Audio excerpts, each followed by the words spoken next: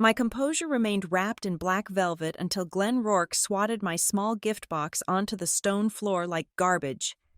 Standing beside him, my mother adjusted her pearls and announced to the entire room that at 34 years old, I was nothing but a parasite. She told me to get out. I simply bent down and retrieved the box without shedding a tear.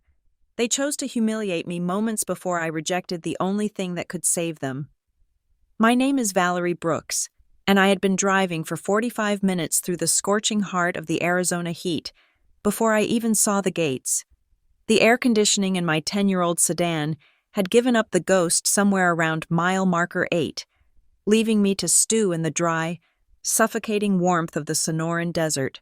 My dashboard was a graveyard of warning lights, but I knew the machine well enough to know it would hold together for at least another 50 miles. It was reliable. It was unpretentious. It was everything my family was not. I checked my reflection in the rearview mirror. My face was composed, my makeup sealed with a setting spray designed for much harsher climates than a suburban anniversary party. I looked calm. I looked professional. I looked nothing like the daughter Marianne Brooks wanted me to be. Ahead, the heat shimmered off the asphalt, distorting the horizon into a watery mirage. Through the wavering air, the destination finally materialized. They called it the Paradise Valley Estate. I knew it for what it really was. It was a rental property, a high-end Airbnb that marketed itself as an exclusive villa for the nouveau riche who needed to prove they had made it, even if they had to pay by the hour to do so. I slowed the car as the gravel crunched beneath my tires. The entrance was flanked by 2 faux Roman columns that looked impressive from the highway, but revealed their plaster molding and cheap stucco finish as soon as you got within 20 feet. A security guard stood by the iron gate, sweating in a uniform that was a size too small for his neck. He held a clipboard like a shield. I rolled down the window. The heat punched me in the face, smelling of sagebrush and dust. "Name," the guard said, not bothering to look at me. His eyes were fixed on the dent in my front fender. "Valerie Brooks," I said. "I am the daughter of the hosts." He finally looked up. He scanned my car, then my face, and then the car again. A smirk tugged at the corner of his mouth. It was a look I knew well. It was the look people gave you when they decided your net worth in a single glance and found it wanting. "Deliveries are around the back," he said, jerking his thumb over his shoulder. "Service entrance, use the gravel road to the left." "I am not a delivery driver," I said, my voice level. "I am a guest. Open the gate." He chuckled, a dry, rasping sound. "Look, lady, I have strict instructions. The main driveway is reserved for guests and valet parking. This thing," he slapped the roof of my car with a flat palm, "is an eyesore. If you park this out front, Mr. Rourke is going to have my badge. So, if you are who you say you are, you will understand. Go around the back." I gripped the steering wheel.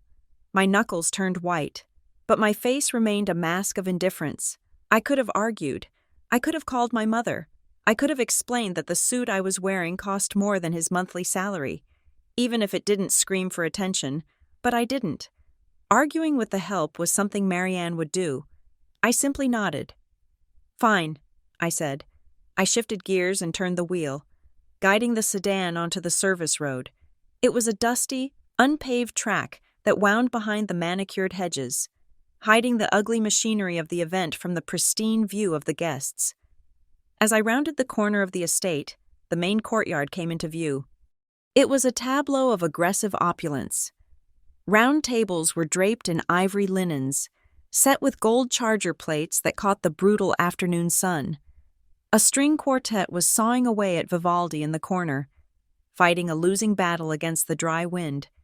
And there she was, Marianne. My mother stood at the center of it all, a beacon in champagne silk and borrowed diamonds. She was laughing at something a man in a tuxedo was saying. Her head thrown back in a pose she had practiced in the mirror for decades. She looked radiant. She looked wealthy. She looked like a lie. Her eyes flicked toward the driveway, scanning for the arrival of the next luxury vehicle. Instead, Her gaze landed on my dusty gray sedan creeping along the service road. The smile dropped from her face instantly. It was a physical transformation, like a light switch being flicked off. She didn't wave. She didn't smile. She made a sharp, cutting motion with her hand, shooing me away, gesturing frantically toward the rear of the house. Her lips moved, and although I was 50 yards away inside a car with the windows up, I could read the words perfectly. Get out of sight. I was a blemish on her perfect picture. The dress code was strictly ivory and cream and gold. I was wearing a charcoal structural suit, tailored to perfection, minimalist and severe. In her world of soft pastels and loud money, I was a dark stain. I drove past the main party area and parked next to a row of white catering vans.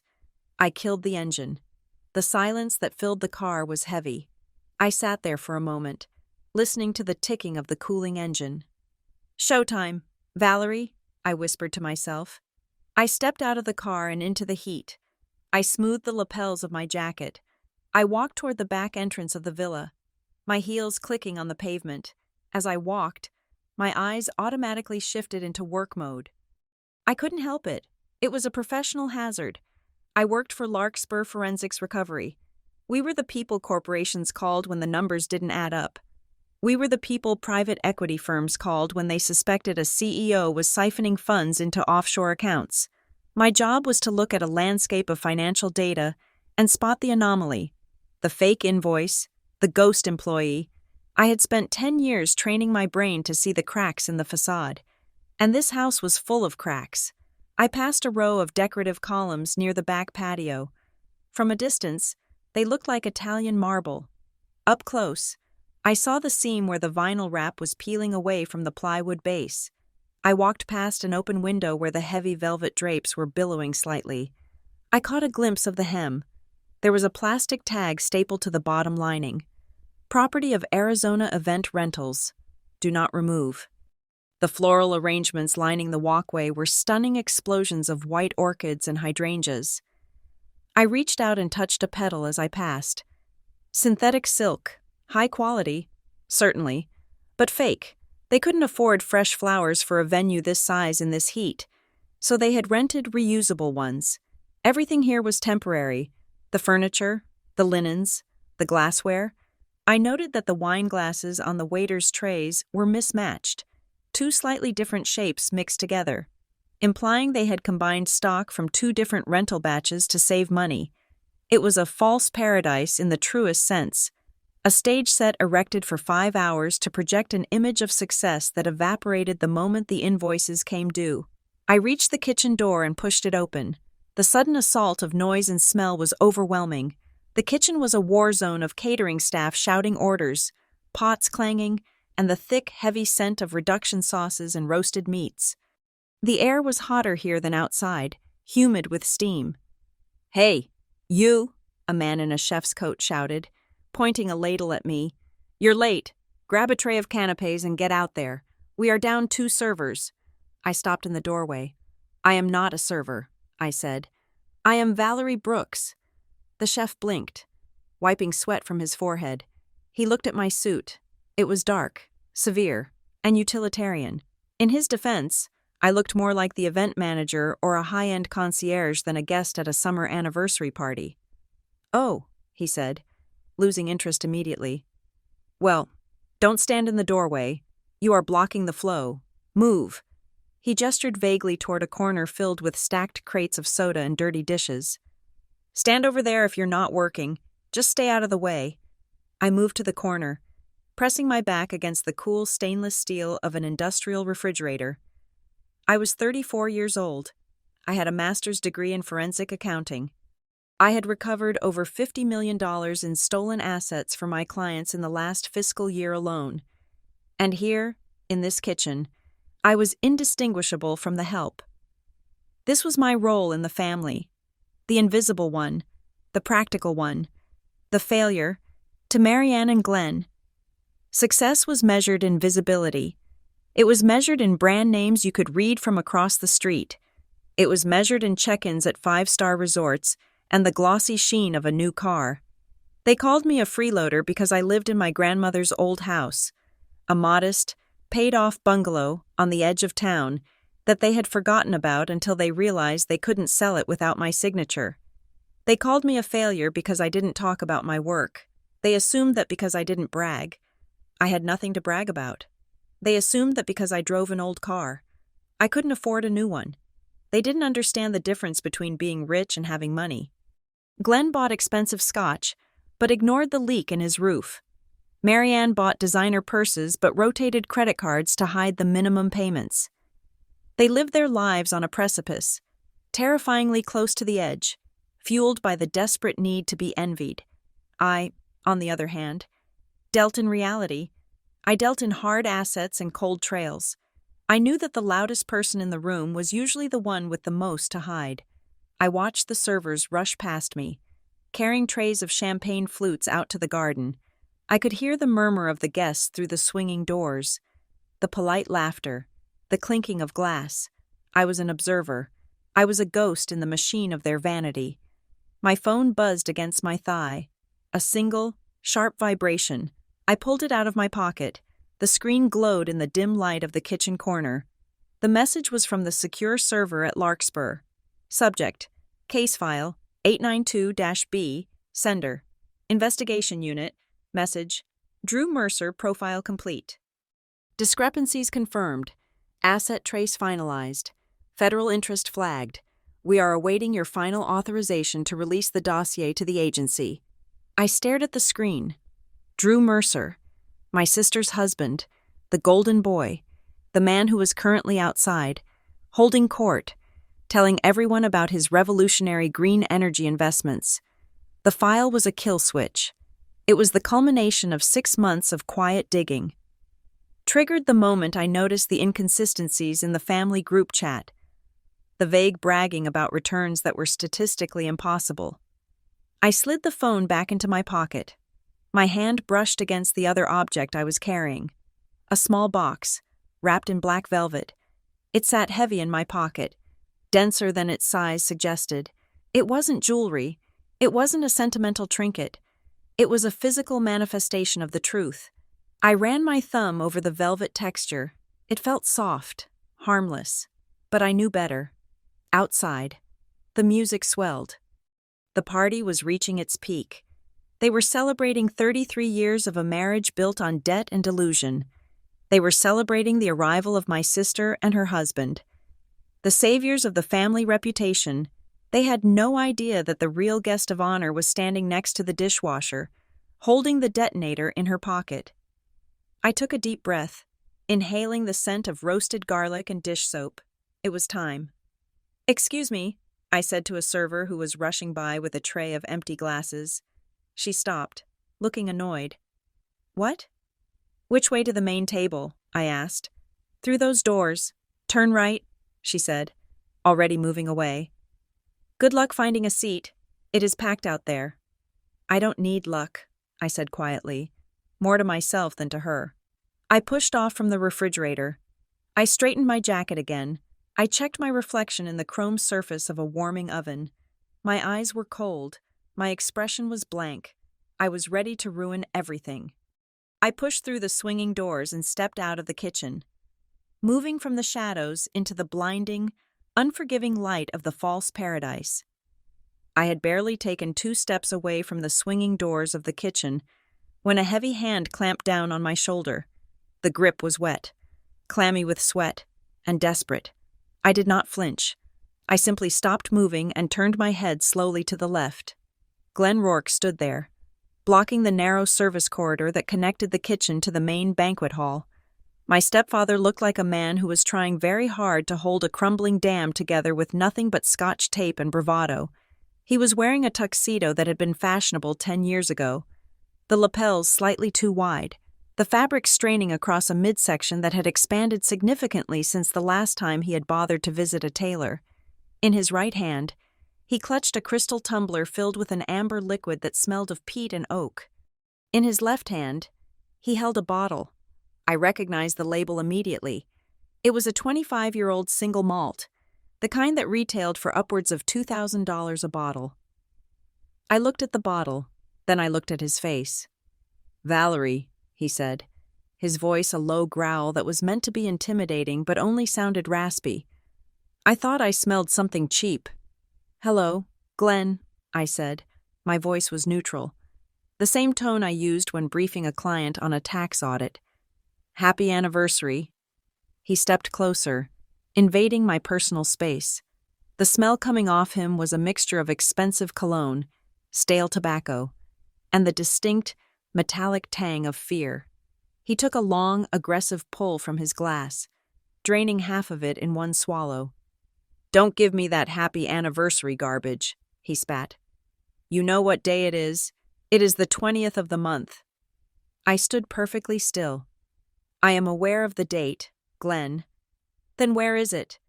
He rattled the ice in his glass for emphasis. "The check, the cash. I don't care how you give it to me, Valerie. But I want my money, the rearing fee. You are late." The rearing fee. It was a term Glenn had invented 5 years ago, shortly after my grandmother passed away. He had sat me down with a calculator and a stack of napkins and tried to itemize the cost of my existence from the age of 10. When he married my mother, until I turned 18, he claimed I owed him for the food I ate, the electricity I used, and the space I occupied. He demanded $500 a month as interest on a debt that existed only in his head. For years, I had paid it, not because I owed him, but because it was the price of silence. It was the fee I paid to keep him away from my grandmother's house, to keep him from harassing me at work, to keep the peace. But the peace had become too expensive. "I am not paying you this month, Glenn," I said quietly. His face turned a shade of mottled red. The veins in his neck bulged against his tight collar. "Excuse me? You are not paying? You think you can just walk in here, drink my champagne, eat my food, and tell me you are not paying?" "I haven't touched your champagne or your food," I pointed out. "And I noticed something interesting. Glenn, last week, you called me leaving a voicemail. You were crying. You said you couldn't afford the $1,200 to fix the leak in the roof of the main house. You said rain was dripping into the master bedroom." I dropped my gaze pointedly to the bottle in his hand. "That is a $2,000 bottle of whiskey," I said. "It seems your liquidity problem is selective." Glenn jerked the bottle back as if it had burned him. He tried to hide it behind his leg, a clumsy, childish motion. This was a gift," he lied. The lie was so lazy it was almost insulting. "From a business associate. Drew gave it to me, because unlike you, Drew understands appreciation. He understands that you take care of the people who paved the way for you." "Drew bought it?" I asked. "Interesting, because I saw the receipt in the recycling bin by the back door when I walked in. It was time-stamped 2 hours ago from the liquor store down the highway, paid in cash." Glenn's eyes narrowed. He leaned in, his breath hot on my face.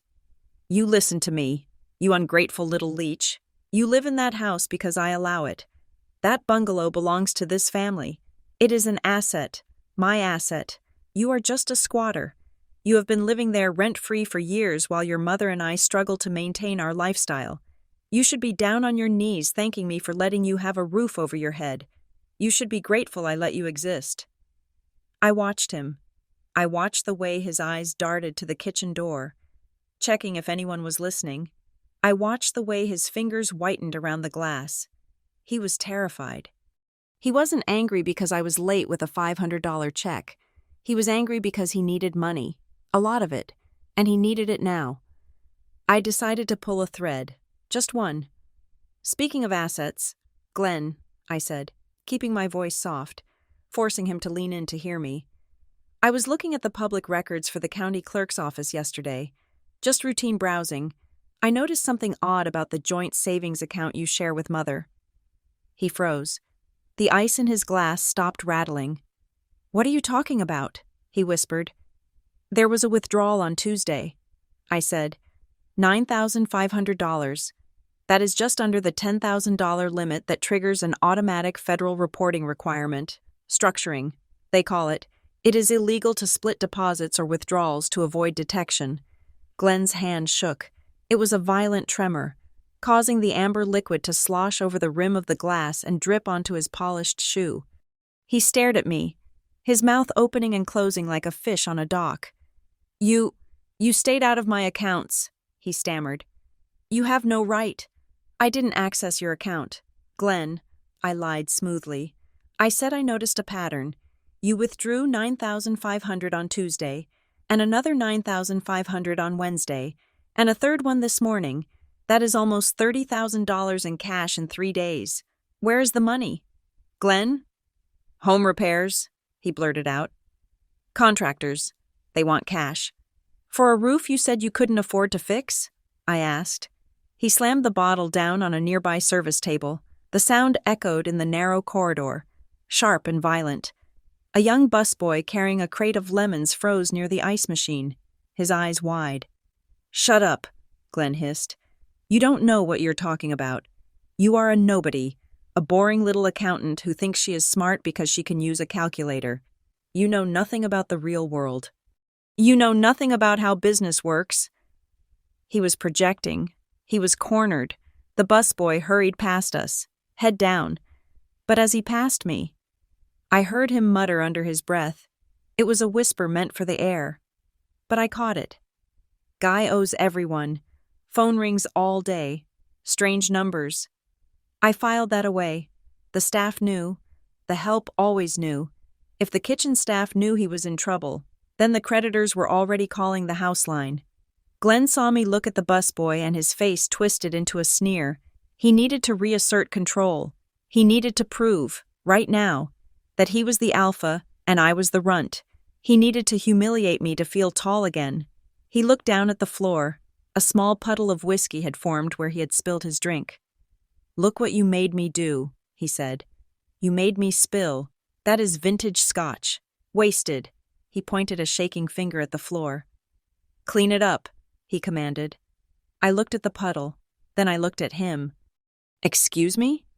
"You heard me," Glen said, his voice rising, gaining confidence from his own cruelty. "You are walking through here, cluttering up the service hallway. You're practically staff anyway. Look at you. That suit? You look like a funeral director. Make yourself useful. Get on your knees and wipe that up. Maybe then I will forget about the late fee for this month." He wanted me to kneel. He wanted to see Valerie Brooks, the stepdaughter he couldn't break, bowing at his feet in front of the catering staff. It was a power play, crude and pathetic. In my line of work, I have sat across the table from embezzlers who stole millions from orphanages. I have interviewed CEOs who fired pregnant women to save on insurance premiums. I have seen the darkest parts of human greed. Glen Rourke was an amateur compared to them. I didn't get angry. I didn't shout.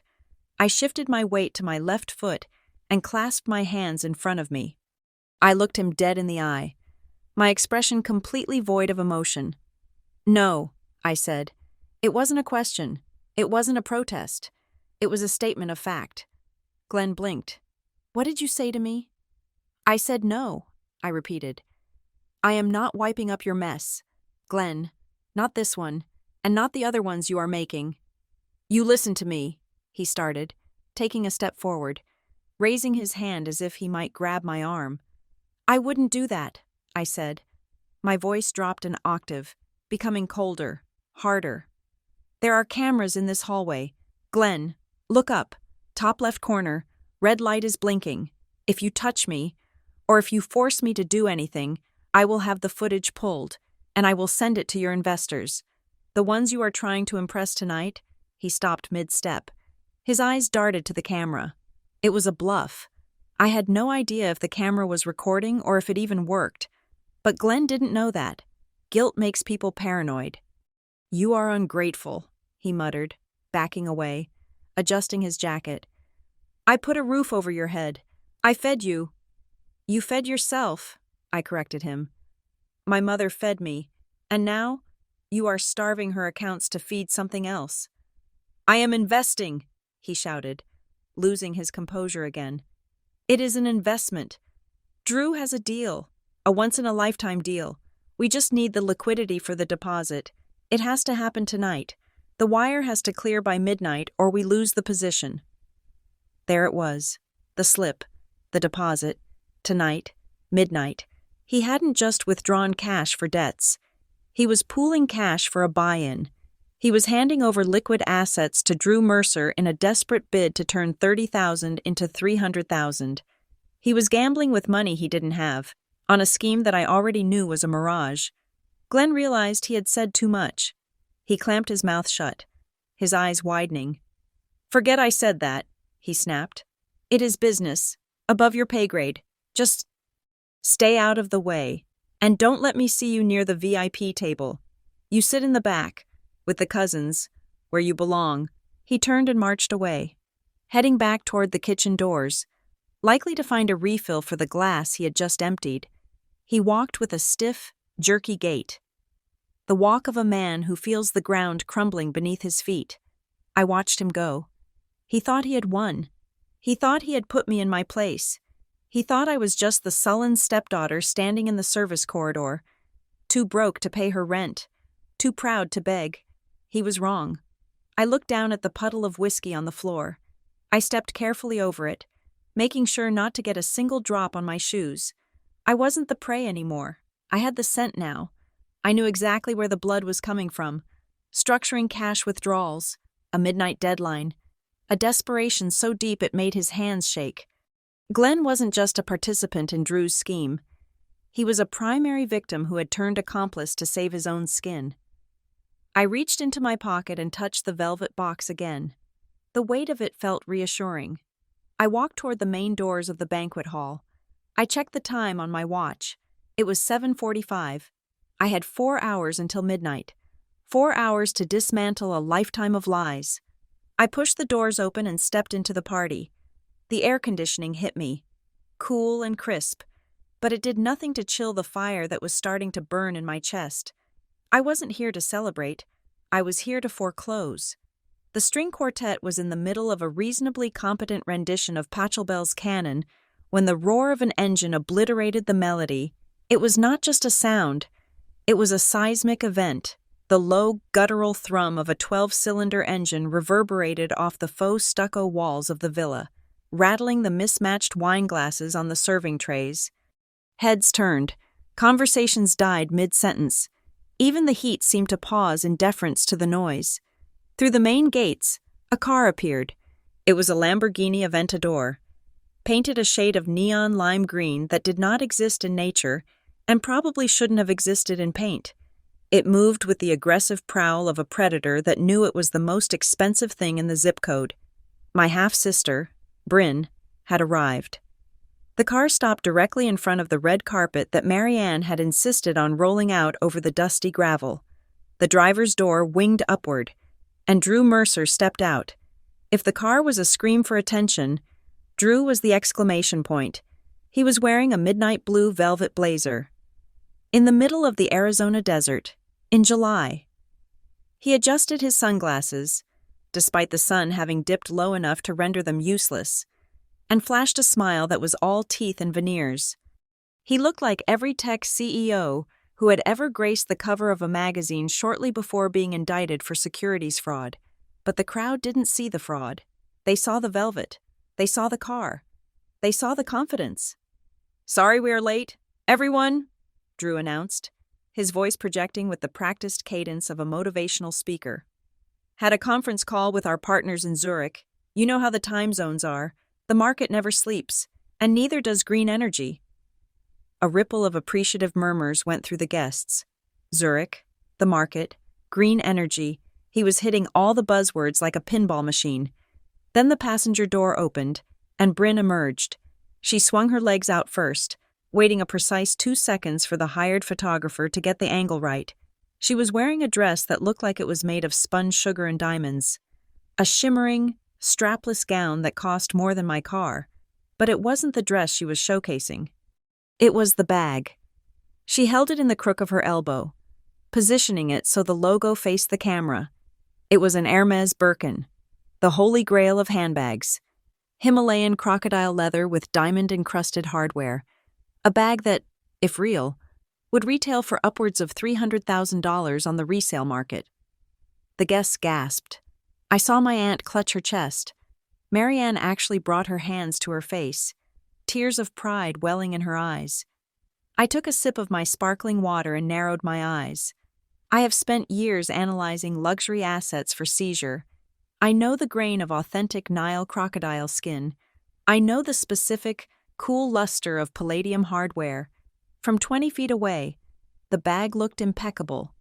But as Bryn strutted up the carpet, waving like royalty, the sunlight hit the metal clasp.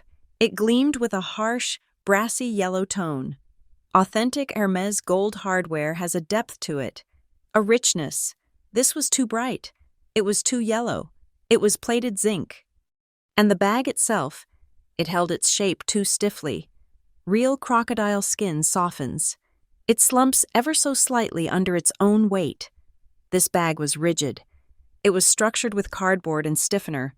It was a super fake, a high-end counterfeit likely purchased from a specialized vendor in Guangzhou for $2,000, meant to fool everyone except the people who knew what money actually felt like. "There she is!" Marianne cried out, her voice cracking with emotion. "My shining star!" My mother rushed past me. She didn't just walk. She physically brushed past my shoulder, knocking me slightly off balance, as if I were an invisible obstacle on her path to greatness. The difference in her demeanor was jarring. 5 minutes ago, she had looked at me as if I were a stain on the carpet. Now, looking at Bryn, she radiated pure, unadulterated adoration. "Mom!" Bryn squealed, embracing Marianne, but careful not to crush the dress or the bag. "Happy anniversary!" "Oh my God, you look stunning. Is that vintage?"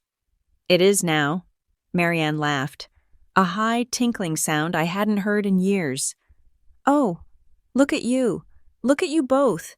You look like a movie poster." "We try," Drew said, walking up and kissing Marianne on both cheeks. "We try, but honestly, Marianne, this party, this is the real event. We just wanted to add a little sparkle to your big day." He turned to the crowd, opening his arms wide. 33 years, he shouted. "Let's hear it for Glen and Marianne. True love in a cynical world." The guests applauded. Drew soaked it up. He wasn't clapping for them. He was conducting the applause. His eyes scanned the room, not looking at the people he was greeting, but looking over their shoulders, checking who was watching him, gauging the level of envy in the room. He was a vampire of validation. I stood by a pillar, watching the performance. I decided to take a closer look at the chariot. While the crowd swarmed the golden couple, I walked casually toward the neon Lamborghini. It sat idling, the engine purring with a deep, menacing rhythm. It was a beautiful machine. I glanced at the windshield, down in the bottom corner on the passenger side. Most people look at the paint or the wheels. I look for the inventory tags, and there it was, a small transparent barcode sticker with a serial number and the faint, translucent watermark of a high-end rental agency in Scottsdale. Exotic Motion Fleet, Unit 402. They hadn't bought it. They hadn't even leased it. They had rented it for the weekend at $2,000 a day, likely putting the deposit on a credit card that was about to max out. "Nice car, isn't it?" I turned. Drew was standing behind me. He had broken away from the admirers and found me lurking near the evidence. He held a glass of champagne, swirling it gently. "It is loud," I said neutrally. "It is raw power, Valerie," Drew corrected me, stepping closer. He smelled of heavy musk and breath mints. "That is what success sounds like. It is the sound of disruption. You know, we are thinking of upgrading to the hybrid model next quarter. Better for the optics with the green energy fund. But for a weekend joyride, sometimes you just have to burn some dinosaur juice, right?" He laughed at his own joke. I forced a small, polite smile. "It must be expensive to maintain," I said. "Peanuts." Drew waved his hand dismissively. "When you are operating at our level, Valerie, the cost of the car isn't the point. It is the velocity of the money. You have to keep it moving. Stagnant capital is dead capital." He looked at me, his eyes traveling up and down my plain gray suit. His expression shifted from arrogance to a sort of performative pity. "Speaking of capital," he said, lowering his voice to a conspiratorial whisper, "Bryn told me you are still struggling. Still living in the grandmother's old place? Driving that sedan?" "It gets me from A to B," I said. Sure. But does it get you to C? That is the question." He leaned against the rental car, resting his hand on the hot metal. "Look, Val, I know we haven't always seen eye to eye. I know you are a bit traditional, risk-averse, but family is family, and business is booming. The Sunward Credits project is going into the stratosphere. We are talking 400% returns by Q3. He paused.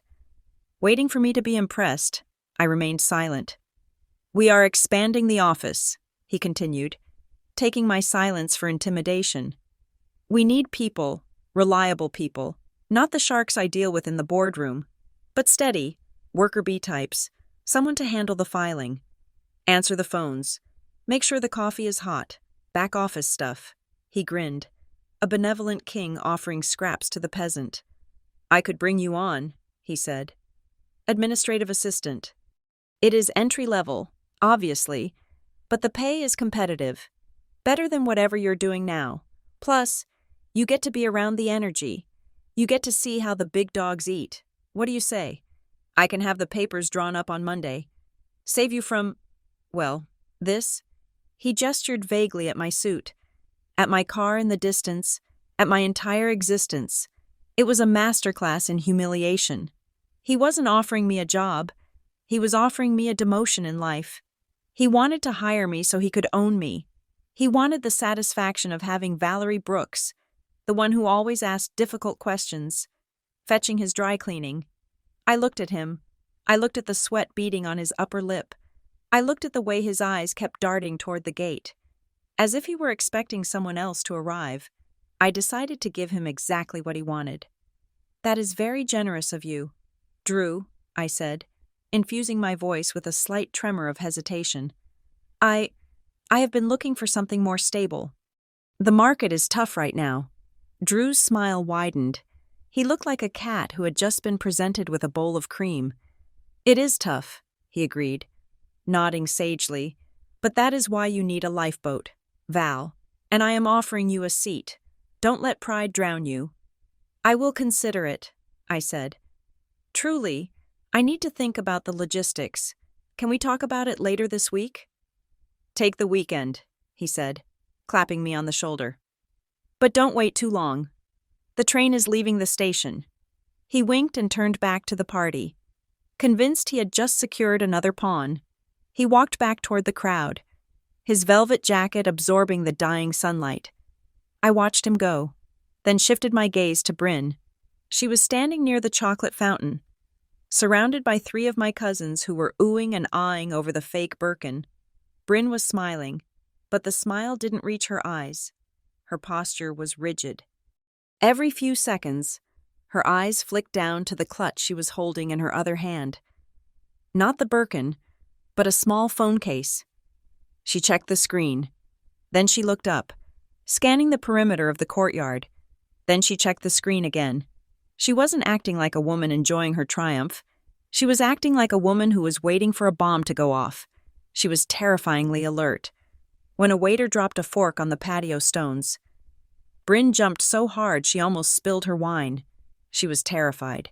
They were all terrified. Glen was drinking to drown the panic. Drew was talking to silence the silence. Bryn was posing to hide the shaking. My phone buzzed again. I pulled it out, shielding the screen from the glare of the setting sun. Sender. Larkspur Tactical Unit, message. Asset recovery team is 10 minutes out. Local PD has secured the perimeter at the junction. Do not let the subjects leave the premises. Repeat. Keep them on site. I felt a cold thrill run down my spine. It was the feeling of a trap snapping shut. 10 minutes. I looked around the party. To anyone else. It was a celebration. The champagne was flowing. The music was playing. Marianne was currently holding court at the head table, recounting a fictionalized version of her marriage where she and Glen were partners in a vast real estate empire. It was a stage play, a farce performed by desperate actors for an audience of enablers, and I was the only one who knew that the house lights were about to be cut. I slipped the phone back into my pocket. I needed to ensure they stayed. I needed to make sure that when the hammer dropped, they were all sitting right there at the table. With nowhere to run, I walked over to the seating chart easel near the entrance. I found my name, Valerie.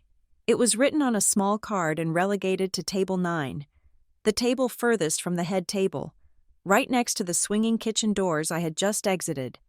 It was the kids' table, essentially, populated by distant relatives and people Marianne felt obligated to invite but didn't actually want to see. Perfect. From table 9, I had a clear line of sight to the main entrance and the back exit. I was positioned at the choke point. I walked toward my seat.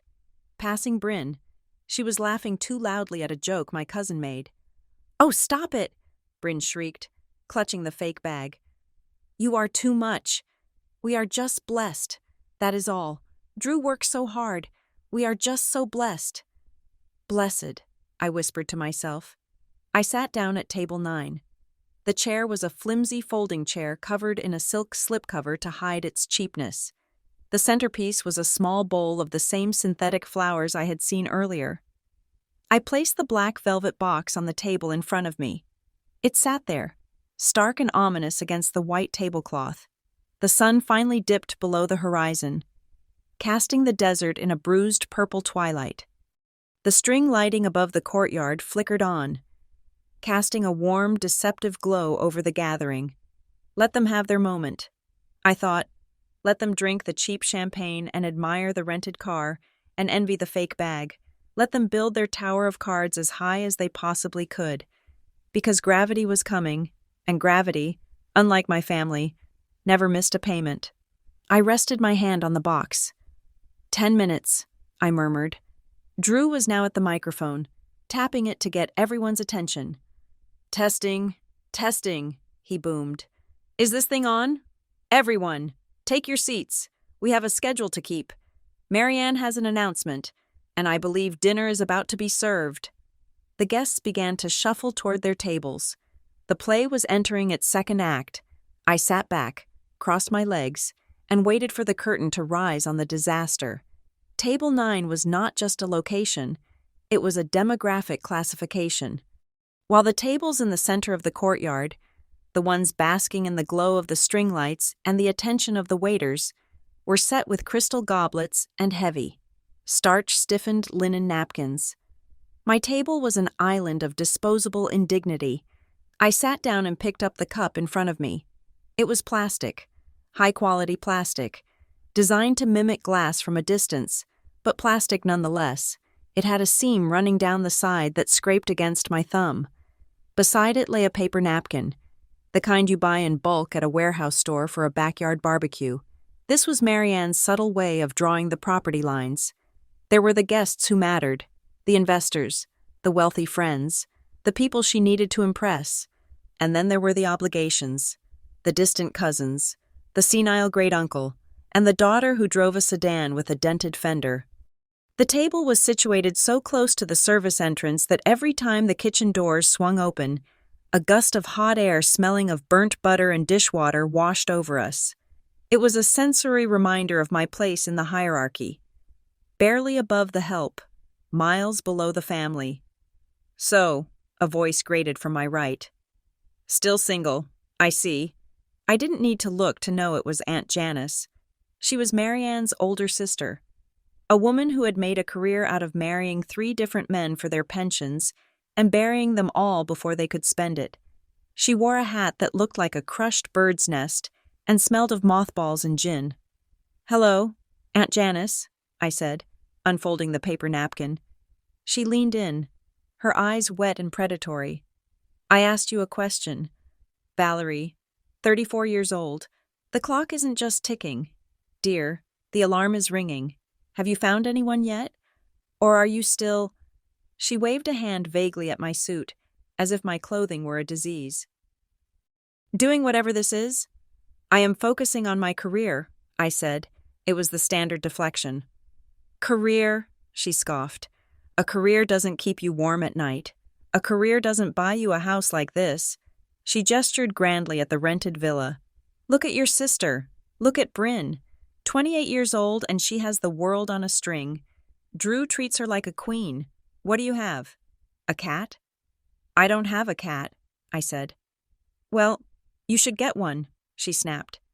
At least then you would have something to feed besides your own ego. Tell me, who pays your bills? Does Glenn still send you checks? Or are you on government assistance?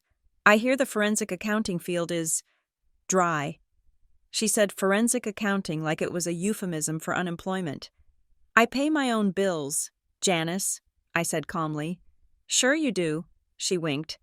A grotesque contortion of her wrinkled face. We all know Glenn helps you. He is a saint, that man, supporting a grown woman who refuses to settle down. You should be ashamed.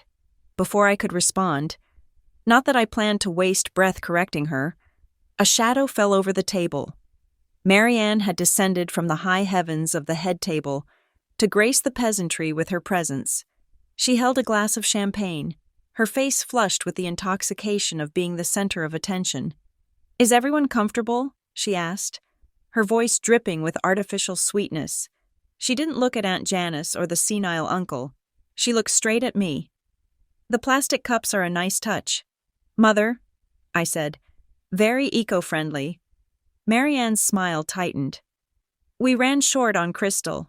I didn't think you would mind. You are so practical. You always preferred function over form, didn't you? That is why you are sitting here. She turned to Aunt Janice, including her in the joke. Valerie doesn't care about beautiful things. Janice, she likes numbers. She likes spreadsheets. She is cold. Marianne laughed. A harsh sound. My daughter is like a computer. No warmth, no heart, just data. Honestly, I don't know what man could stand it, sleeping next to a calculator. Aunt Janice cackled. The other people at the table, a few second cousins who barely knew me, chuckled nervously, sensing that laughing with the hostess was the price of their dinner. Well, Marianne sighed, smoothing her silk dress. Try not to bore everyone to death, Valerie. And please, keep your jacket on.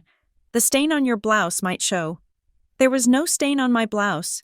It was a psychological phantom, planted to make me self-conscious. I didn't check. I just stared at her until she fluttered away, drawn back to the light like a moth to a flame. I looked down at the black velvet box. It was sitting right next to the plastic cup. The contrast was poetic. What is that? Aunt Janice asked, pointing a manicured claw at the box. A gift? Is it a watch? It looks small, probably a gift card. It is a settlement, I said softly. A what? Nothing. At the main table, the noise level rose. Drew Mercer was holding court. He had finished his dinner and was now standing, one foot resting on the rung of his chair, leaning over the table like a general addressing his troops. He was surrounded by Glenn and 3 other men, uncles and family friends who were known for having more money than sense. They were leaning in, captivated. Drew was in his element. He was selling. The thing about the traditional market, Drew was saying, his voice carrying clearly across the courtyard, is that it is designed to tax your growth. The government sees your profit and they want a slice. But with the Green Energy Initiative, specifically under the new Section 45Q protocols, we are not just generating power, we are generating tax credits. He took a sip of wine. Pausing for effect, the uncles nodded, pulling out their phones to take notes. Glenn looked proud, nodding along as if he understood a word of it. I have developed a proprietary model, Drew continued, lowering his voice just enough to make it sound exclusive. We call it the zero-trace liquidity cycle, essentially. We take your investment, route it through renewable infrastructure credits, and then, and this is the beauty of it, we leverage those credits against offshore holdings. It makes the initial capital invisible to the IRS for up to 5 years. It is perfectly legal, perfectly untraceable. You put in $100,000 today, and on paper, it looks like a charitable donation. But in reality, it is compounding at 12% a month. I stopped breathing for a second. 12% a month. It was such a clumsy, obvious lie. The S&P 500 averaged 10% a year. Bernie Madoff had promised 1% a month. Drew was promising 12. It wasn't just ambitious. It was mathematically obscene. 12%? Uncle Robert asked, his eyes wide. That is incredible. Drew, and it is tax-free? Virtually, Drew grinned, because as far as the government is concerned, you didn't make a profit. You saved the planet. The money exists in a quantum state. It is there for you to spend, but it is not there for them to tax. It was gibberish. It was a word salad of financial buzzwords thrown into a blender and served as investment advice. Quantum state of money? Zero trace liquidity? I couldn't help it. The professional in me overrode the daughter. That is impossible, I said. I didn't shout. I didn't scream. I spoke in a normal, conversational tone. But in the lull of the conversation, my voice carried. Drew stopped mid-gesture. He looked over the heads of the uncles, squinting into the darkness of table 9. "Excuse me?" he said. "Did someone say something?" All heads turned toward the kids' table. Aunt Janice kicked me under the table, hard. "Shut up," she hissed. I stood up. I didn't want to hide in the shadows anymore. "I said that is impossible. Drew," I repeated, my voice steady. Section 45Q of the Internal Revenue Code provides a tax credit for carbon oxide sequestration. It is capped at $50 per metric ton for secure geological storage. It is a credit, not a deduction. It cannot be leveraged against offshore holdings to erase the principal investment, and it certainly doesn't render capital invisible. If you are moving money offshore to hide it from the IRS using 45Q as a cover, that is not a liquidity cycle. That is a felony. It is called money laundering. Silence descended on the courtyard. It was heavy, absolute silence. The string quartet had stopped playing between songs, and the timing was impeccable. Uncle Robert lowered his phone. Glen looked like he had been slapped. Drew stared at me. For a second, I saw the panic flare in his eyes, the terrified recognition that someone in the room actually read the tax code. But then, the survival instinct kicked in. He laughed. It was a loud, booming, condescending laugh. "Oh, Valerie," he chuckled, shaking his head. "Always the wet blanket, ladies and gentlemen. I forgot we had an auditor in our midst." The crowd tittered nervously. "Valerie here," Drew said, gesturing at me with his wineglass. "Works in, what is it again? Forensics? Which sounds exciting, but really means she spends her days arguing over receipts for office supplies. She is a bean counter, a petty accountant who thinks that because she knows how to file a 1040EZ, she understands high-level international finance." He turned back to the uncles, his back to me, dismissing me completely. "See, this is the problem with the small mindset," Drew preached. "People like Valerie operate in the world of rules. They are terrified of coloring outside the lines. That is why they stay in the middle class. That is why they drive 10-year-old cars and sit at the back table. Leaders, visionaries, we write the rules. We don't read the manual. Valerie, we write it." He looked back at me over his shoulder, a sneer curling his lip. "So please, Val, go back to your plastic cup. Let the adults talk business. Don't preach to the choir when you don't even know the hymn." "Yeah," Glen shouted from the table. "Sit down. Valerie, you are embarrassing yourself." "She is just jealous," Aunt Janice screeched from beside me. "She can't stand to see anyone else succeed." Marianne shook her head, looking at me with pure disgust. "You always have to ruin it," she mouthed.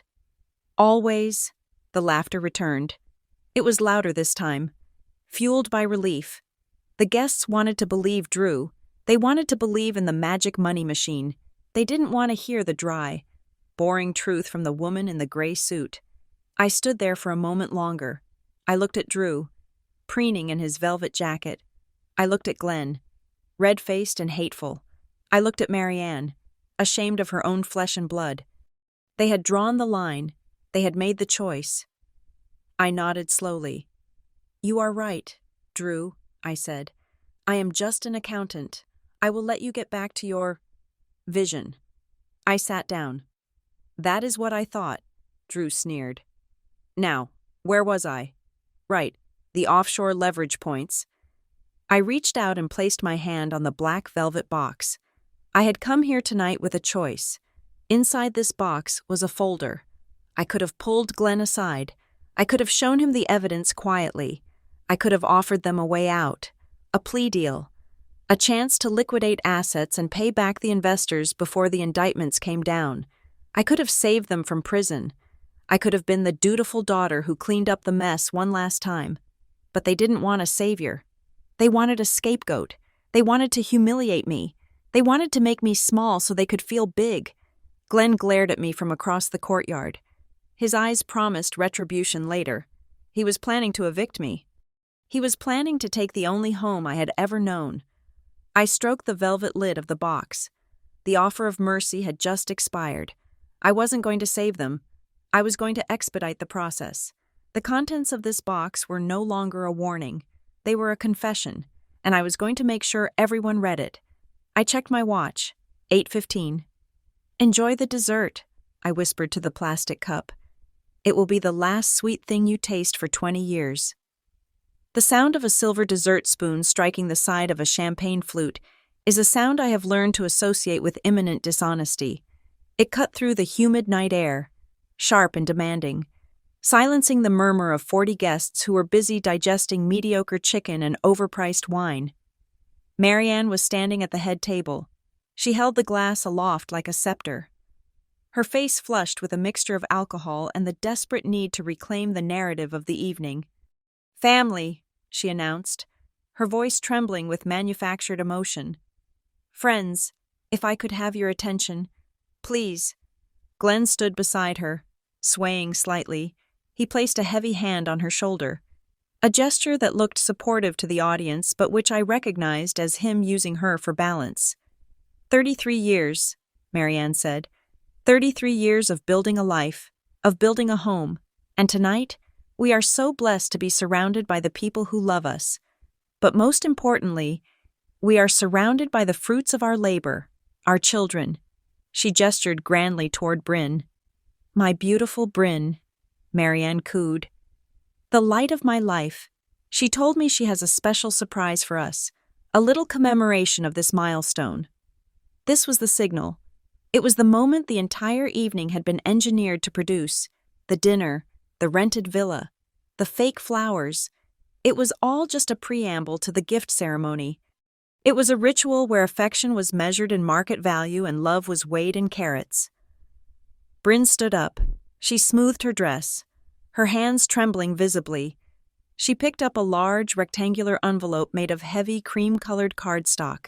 It was embossed with gold leaf. She walked around the table to where our parents stood, her heels clicking on the patio stones. Mom, Glen, Bryn said, her voice breathy. Drew and I wanted to do something special. You guys work so hard. You have sacrificed so much for us. So, we thought it was time you took a break. A real break. She handed the envelope to Marianne. Marianne accepted it with theatrical reverence. She slid a manicured finger under the flap and tore it open. She pulled out a brochure. It was glossy. It was beautiful. Even from my table in the exile zone, I could see the saturated blue of the ocean and the blinding white of the sand printed on the cover. Oh my God, Marianne gasped. She held the brochure up for the room to see. The Maldives. 2 weeks, Bryn announced, gaining confidence as the crowd began to murmur in appreciation. At the Azure Sands. Private reserve, all-inclusive, first-class airfare, a private villa over the water with a glass floor. We want you to just relax and let us take care of everything. The room erupted. It was a frenzy of applause. The uncles whistled. Aunt Janice clapped so hard, her bracelets jangled like wind chimes. It was the reaction Marianne had been starving for. She pressed the brochure to her chest and burst into tears. My baby, she sobbed, reaching out to hug Bryn. Oh, you shouldn't have. It is too much. It is too generous. Nothing is too much for you. Mom, Bryn said, burying her face in Marianne's shoulder. I saw Drew standing by his chair. Beaming, he buttoned his velvet jacket and gave a little wave of acknowledgement to the room, accepting the praise for a gift he had supposedly funded. Incredible, a cousin at my table whispered. That must have cost $50,000, minimum.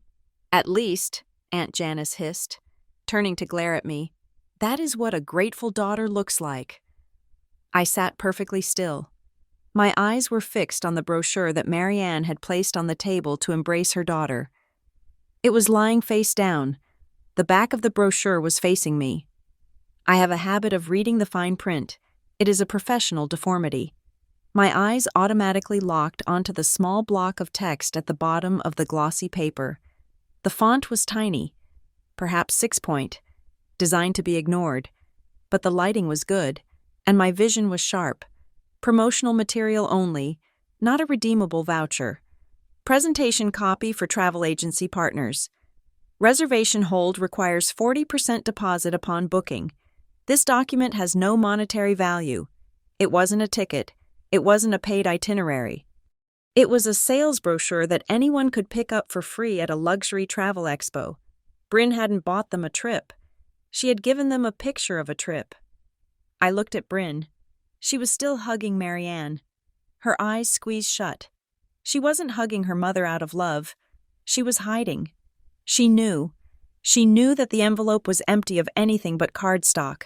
She knew that when Marianne tried to call the number on the back to book the dates, the hotel would ask for a credit card number that Bryn didn't have. It was a future bounce check wrapped in a hug. But for now, in the glow of the party, the lie held. The audience bought it. Marianne felt like a queen. Glen looked like a king. Then, the moment turned. Marianne pulled away from Bryn, wiping her tears with a napkin. She was high on the validation. She felt invincible. And when Marianne felt invincible, she became cruel. She looked out over the crowd, her eyes scanning the tables until they landed on the dark corner near the kitchen. Well, Marianne said, her voice dripping with a sickly sweetness that barely concealed the venom beneath. That is a hard act to follow, but we have another daughter here tonight, don't we? The heads turned. 40 pairs of eyes swiveled toward table 9. Valerie, Marianne called out, you are so quiet back there. I assume you didn't come empty-handed, although, after seeing what your sister just did, I suppose anything else might feel a little small. Glen laughed. It was a harsh, barking sound. Don't embarrass her. Marianne, she probably brought a card, or maybe she baked some cookies. That is about her speed. No, Marianne said, waving a hand. Let's be fair. Valerie, come up here. Show us what you have. Did you bring a gift for the people who raised you? The challenge was explicit. Come up here and be measured. Come up here and be found wanting. Come up here and let us juxtapose your failure against Bryn's success. I stood up. I picked up the black velvet box. It was small, about the size of a paperback book, but thicker. It had no ribbon, no wrapping paper, no card, just the stark, light-absorbing black of the velvet. I walked toward the head table. The walk felt long. The gravel crunched under my heels. The conversation in the room had died down to a hush. It wasn't a respectful silence. It was the awkward silence of people watching a car crash in slow motion. They expected me to fumble. They expected me to produce something pathetic. A handmade scarf. A gift certificate to a chain restaurant. Something that screamed, struggling middle class. I reached the head table. The white tablecloth was littered with the remnants of the feast, crab shells, empty wine bottles, and the glittering brochure of the fake vacation. I placed the black box right in the center, directly in front of Marianne. It sat there like a monolith. Marianne looked down at it. She wrinkled her nose. "What is this?" she asked. "A gift," I said. My voice was calm, devoid of the tremor she wanted to hear. "It is so small," Marianne said, looking at the crowd for confirmation. "What is it? Jewelry?" "No, you couldn't afford jewelry. Is it a scented candle? One of those aromatherapy things? Maybe it is a coupon for a hug, Glen sneered. One free hug. Value, 0. Drew chuckled from the side. Hey, it is the thought that counts, right? Even if the thought is discount. The room rippled with laughter. They were enjoying this. This was the sport, the breakdown of the scapegoat. It isn't a candle, I said. Marianne poked the box with her finger, as if she were afraid it might bite her. Well, it is not very festive, is it? No bow, no card. It looks like a coffin for a hamster. More laughter. Just open it, Mother, I said. Something in my tone made the laughter die down. It wasn't a request. It was an instruction. Marianne looked at me. For a fleeting second, the mask slipped, and I saw confusion in her eyes. She didn't understand why I wasn't cowering. She didn't understand why I was standing so straight, my hands clasped loosely in front of me, watching her with the detachment of a scientist observing a specimen. Fine, she sighed, dramatic to the last. Let's see what the accountant thinks is a suitable anniversary gift. She reached out and lifted the heavy velvet lid. The box was not lined with satin. It did not contain gold or silver. It was filled, tightly and precisely, with folded documents. The paper was thick, legal-grade bond. The top document was folded in thirds, but the header was visible. Marianne stared into the box. Her smile faltered. She squinted, trying to make sense of what she was seeing. She expected an object. She found bureaucracy. Paper? She asked, her voice flat with disappointment. You gave me paper? She reached in and pulled out the top sheaf, holding it by the corner as if it were a dirty tissue. What is this? She demanded, turning the document toward the light. Is this a joke? Did you print out a poem? Or is this some kind of budget plan you made for us? Because if you think I'm going to read a spreadsheet on my anniversary, you are even more delusional than I thought. Glen leaned over, peering at the paper in her hand. It looks like a bill, he grunted. Did you bring us a bill, Valerie? Is this you asking for money again? Unbelievable. It is not a bill, I said. Then what is it? Marianne snapped. She looked at the paper again, her eyes finally focusing on the bold black text at the top of the page. Notice of seizure and asset freeze. Issued by the Department of Financial Oversight. Reference Drew Mercer / Sunward Credits, LLC / Rourke. Joint assets. Marianne froze. It was a subtle reaction at first. Her hand stopped moving. The paper ceased its slight trembling in the breeze. She blinked. Once, twice, as if trying to clear a smudge from her vision. What? She started. But the word died in her throat. She looked at the next line. Status, active investigation. Priority, immediate. She looked up at me. The annoyance in her face was gone, replaced by a sudden, jagged fear. It was the look of someone who steps off a curb and realizes too late that the bus isn't stopping. Valerie, she whispered, what is this? Read it, I said. No, she said, louder this time, trying to shove the paper back into the box. I don't want to read this. This is nonsense. You are ruining the party. You are just jealous of Bryn's gift. So you brought this trash. It isn't trash, Mother, I said. It is the truth. Glen snatched the paper from her hand. Let me see that, he barked. I will tear it up. Whatever little game you are playing. He stopped. He read the name on the second line. Glen Rourke. He read the amount listed next to the heading Unreported Income Structuring. His face went from red to a sickly, paste-like gray in the span of a heartbeat. The glass of whiskey in his other hand tilted dangerously. Where did you get this?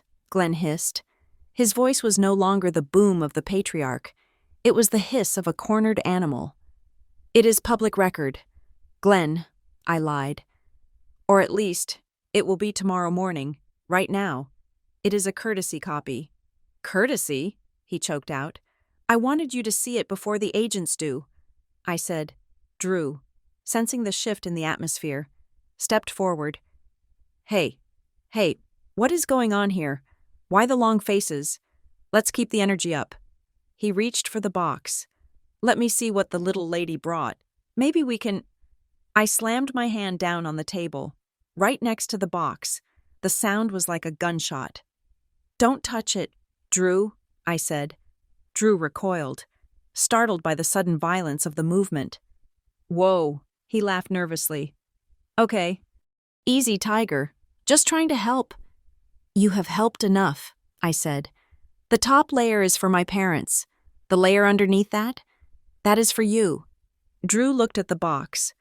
Then he looked at me. For the first time all night. The salesman mask slipped. He looked at the paperwork in Glen's shaking hand, and he recognized the format. He knew exactly what font that was. He knew exactly what those headers meant. The silence in the courtyard changed. It was no longer the silence of awkwardness. It was the silence of a vacuum. The air had been sucked out of the room. The guests were leaning forward, sensing that the script had gone off the rails. They didn't know what was happening, but they knew that the brochure of the Maldives had been forgotten. Marianne looked at Bryn, then at the brochure, then at the black box. She looked at the paper in Glen's hand. She looked at me. Valerie, she pleaded, her voice cracking. Please, put it away. Just put it away. We can talk later. It is too late to talk, I said. You are my daughter, she whispered. You are supposed to love us. I did love you, I said. That is why I am the one delivering this, because if it were anyone else, you would already be in cuffs. Marianne flinched as if I had struck her. I reached into the box and pulled out the next document. It was a thick stack, stapled at the corner. I held it up. You asked for a gift, I said to the silent room. You called me a freeloader. You said I brought nothing to this family. You were wrong. I dropped the stack on the table. It landed with a heavy, final thud. I brought you reality, I said. And trust me, it is the most expensive thing on this table. Marianne stared at the papers. She looked at the black box as if it were Pandora's own chest, finally blown open, and in her eyes, I saw the terrifying realization that the party was over. The lights were still on. The music was still playing. But the show, the great, glittering, 33-year-long show of the Rourke family success, had just been canceled. Open the rest, I said, and this time, nobody laughed. Marianne did not read the document. She did not scan the header. She did not look at the case number or the federal seal that indicated her life was about to be dismantled by the United States government. Instead, she looked at the paper as if it were a physical assault. Her eyes narrowed, not in focus, but in refusal. She crumbled the notice of seizure in her hand, crumpling a federal warning as casually as if it were a used tissue, and threw it back at me. The ball of paper hit the velvet box and bounced off, rolling onto the white tablecloth next to the lobster shells. You are sick, Marianne hissed. Her voice was trembling, but not with fear. It was trembling with the specific, hot rage of a narcissist who has had their spotlight dimmed. This is what you do. This is always what you do. We are having a moment, a beautiful, perfect moment with your sister's generous gift, and you have to drag your dirty, boring little world into it. It is not my world, Mother, I said, my voice remaining maddeningly even. It is your legal reality. That document states that your accounts are flagged for structuring. If you don't address it, I don't care, she screamed. The veneer of the sophisticated hostess cracked completely. I don't care about your numbers. I don't care about your jealousy. You couldn't stand it, could you? You couldn't stand seeing Bryn shine. You couldn't stand seeing us happy. You had to invent some crisis to make yourself feel important.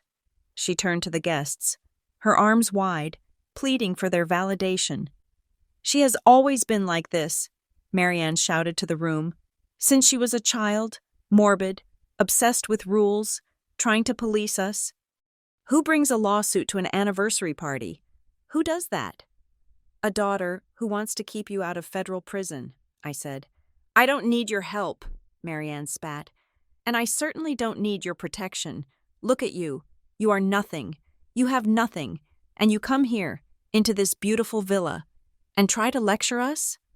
Glen stepped forward. He had recovered from his momentary shock. The alcohol in his system was doing the heavy lifting now, converting his fear into aggression.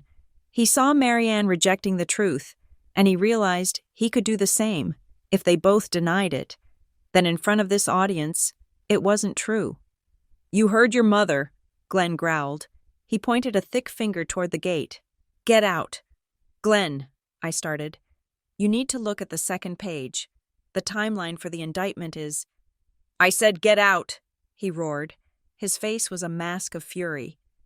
Take your little box of lies and get the hell off my property. You are not welcome here. You are not family.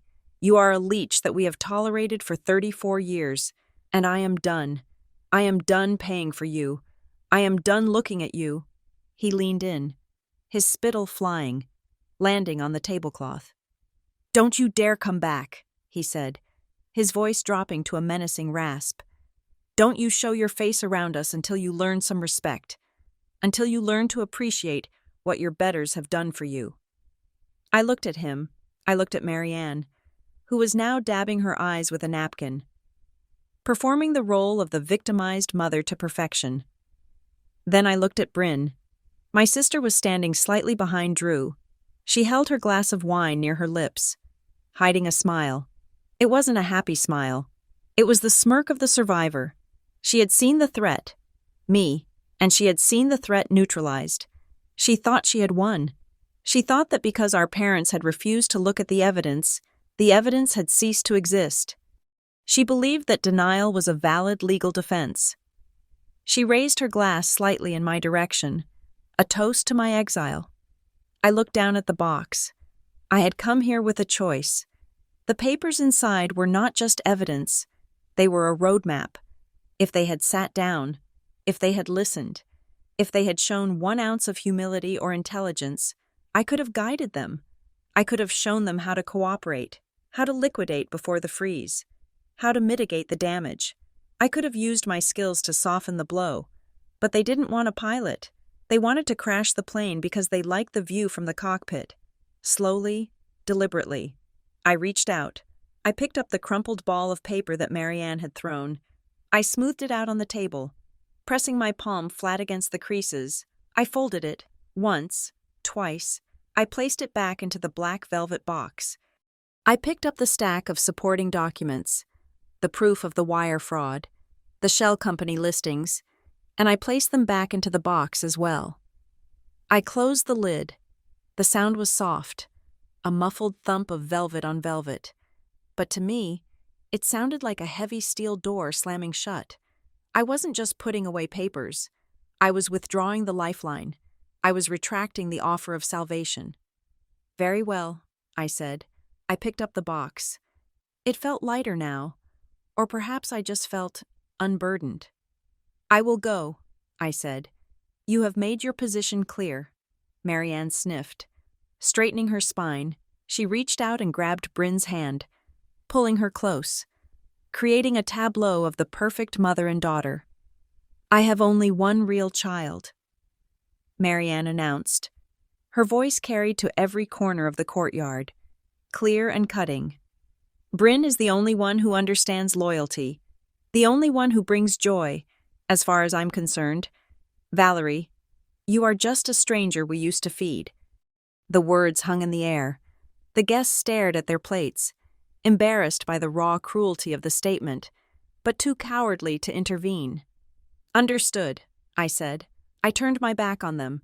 I began to walk away. I walked past the head table, past the untouched wedding cake, past the fake flowers. I headed toward the darkness of the service road where my car was parked. I was ready to leave. I was ready to drive away and let the inevitable law enforcement raid happen without me. I would read about their arrest in the morning papers like everyone else. I was 10 feet away from the edge of the patio when Glen's voice rang out again. Wait, I stopped. I didn't turn around immediately. I stood there, listening to the wind in the desert sagebrush. Why was he stopping me? Did some fragment of reason finally penetrate his skull? Did he realize that he was throwing away his only hope? "I have one more thing to say," Glen announced. His voice was loud, booming, regained, with false confidence. He wasn't talking to me. He was performing for the investors. He needed a win. He needed to prove that he was solvent, that he was powerful, that the bill I had tried to present was meaningless. I turned slowly. Glen was standing on his chair now, literally standing on the furniture like a drunk emperor. He held up his whiskey glass. "Since Valerie is so concerned about our finances," Glen sneered, looking down at me from his perch, "and since she seems to think we are struggling, I think this is the perfect time to share some good news. A major announcement." He paused for effect. Drew looked up, confused but interested. "We all know opportunities require capital," Glen said, reciting a line he had likely heard from Drew. "And sometimes you have to shed dead weight to let the balloon rise." He pointed a finger at me. "You mentioned the house, Valerie, your grandmother's bungalow, that old shack on the edge of town." My stomach tightened. A cold, hard knot formed in my gut. That house was not a shack. It was a mid-century adobe structure with a wraparound porch and a garden where my grandmother had taught me the names of every cactus and wildflower. It was the only place in the world where I had felt safe. It was the place where I lived. It was full of my books, my grandmother's quilts, the smell of dried lavender and old paper.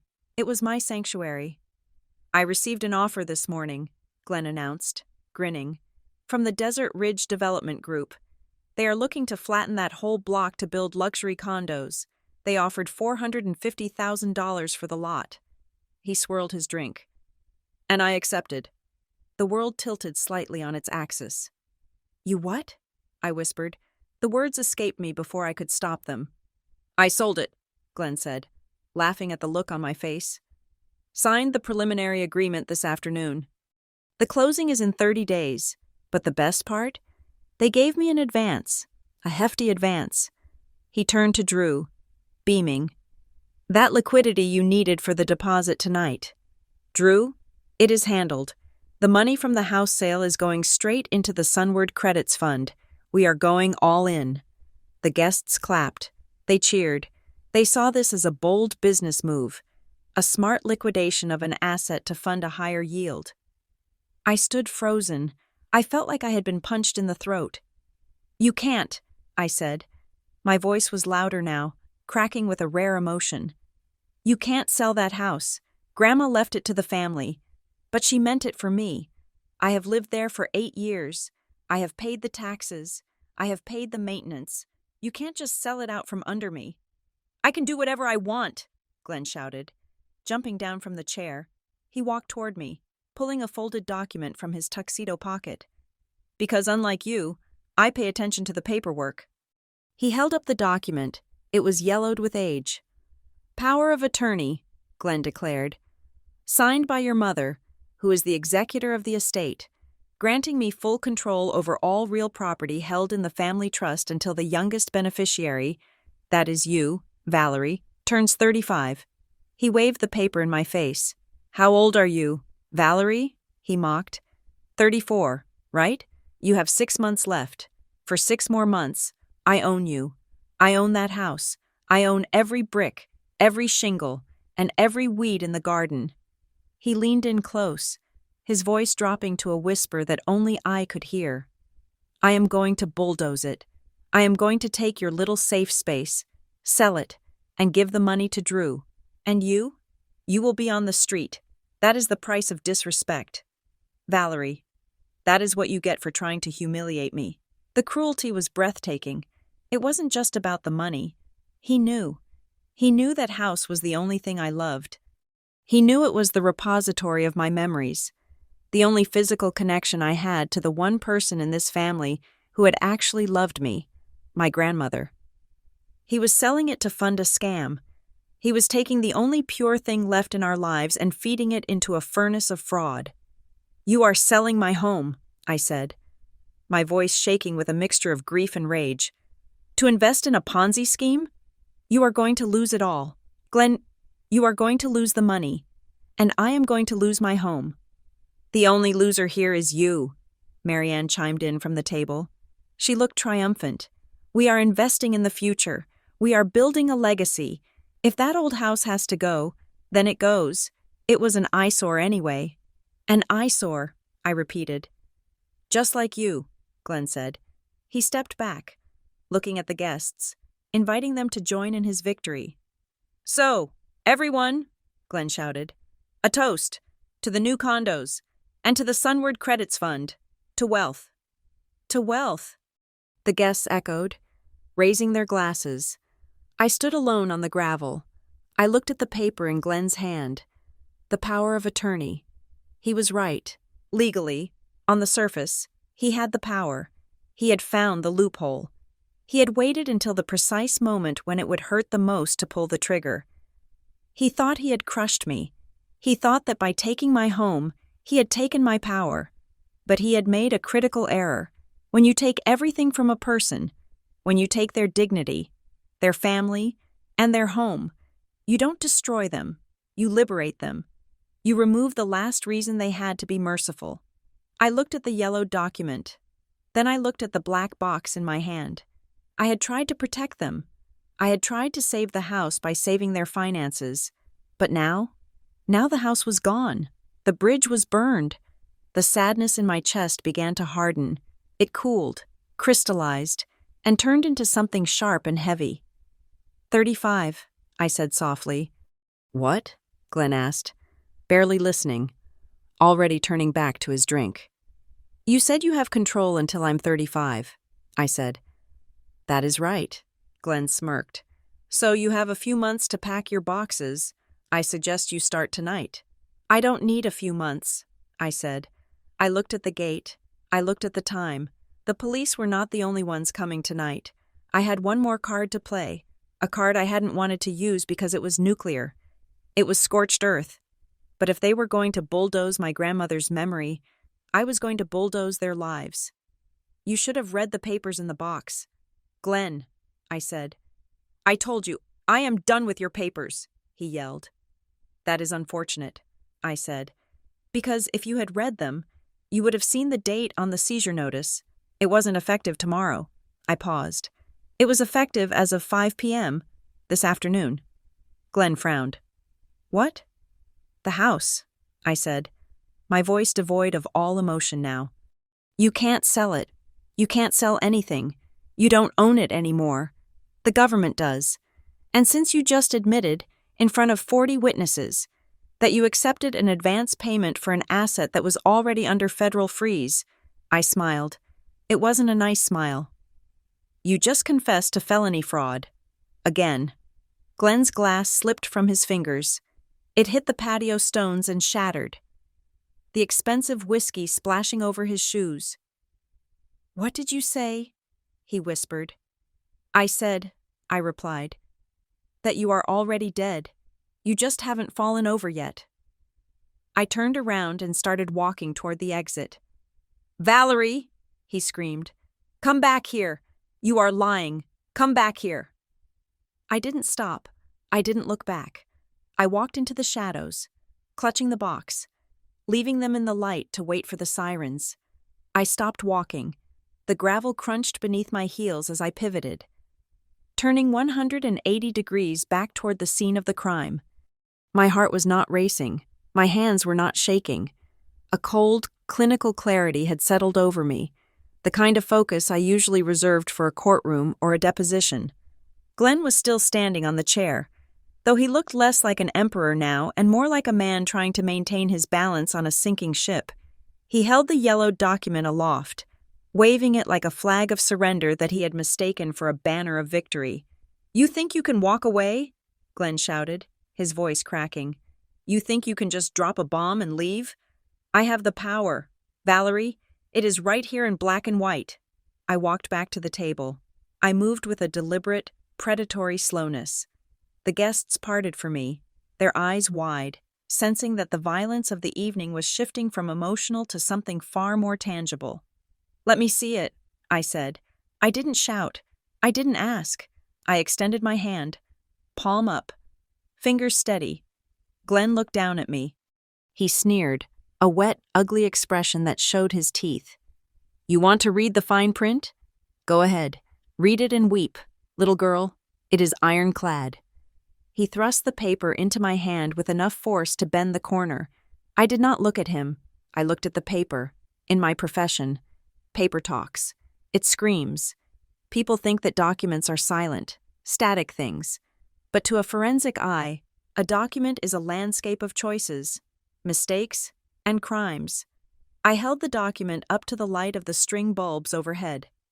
Power of attorney, I read aloud, granting Glen Rourke full authority over the estate of Eleanor Vance. That is right, Glen crowed. Your grandmother trusted me. Interesting, I said. I ran my thumb over the staple in the top left corner. The metal was shiny, bright silver. The paper, however, was aged cream bond, slightly brittle at the edges. This document is dated October 14th, 2018, I noted. 7 years ago. So what? Glen challenged. It is valid until revoked, and you never revoked it. The paper is 7 years old, I said, my voice dropping to a murmur that forced the guests to lean in. But this staple is brand new. There is no oxidation, no rust, no indentation on the back pages consistent with 7 years of file compression. I turned the page. And here is something else, I said. Page 1. The font is Times New Roman. 12 point. Standard for legal documents prepared by Grandma's lawyer. Mr. Henderson. I flipped to page 2, the page detailing the specific authority to liquidate real estate assets to fund family investments. Page 2, I continued. The font looks similar, but it isn't Times New Roman. It is Cambria. The serifs are slightly more bracketed.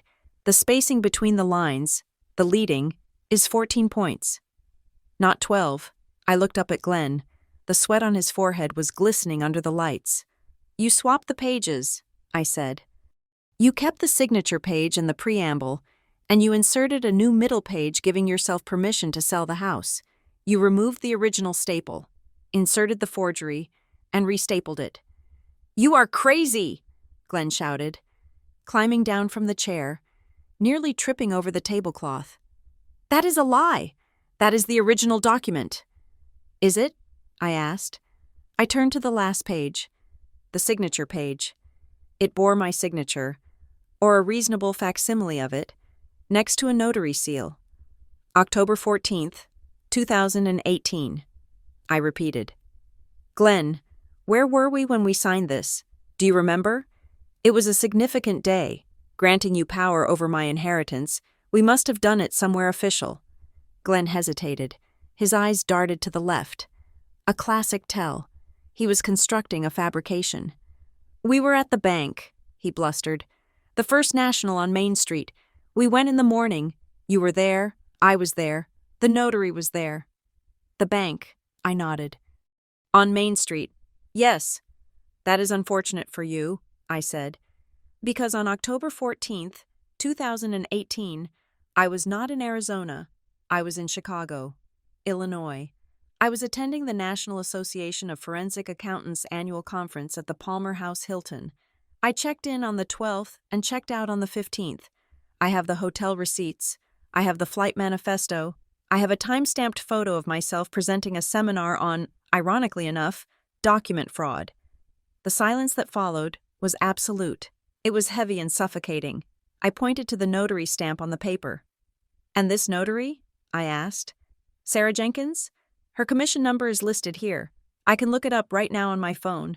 I am willing to bet that on October 14th, 2018, Sarah Jenkins either didn't work at First National, or she wasn't a notary yet. Glen opened his mouth, but no sound came out. He looked like a fish hauled onto a dock, gasping for oxygen that wasn't there. Drew Mercer stepped in. He had to.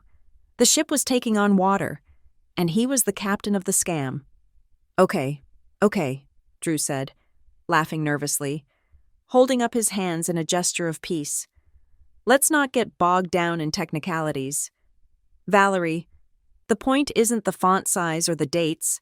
The point is the intent. He turned to the crowd, flashing his $1,000,000 smile.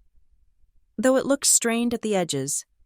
Look, everyone, Drew said. That old house?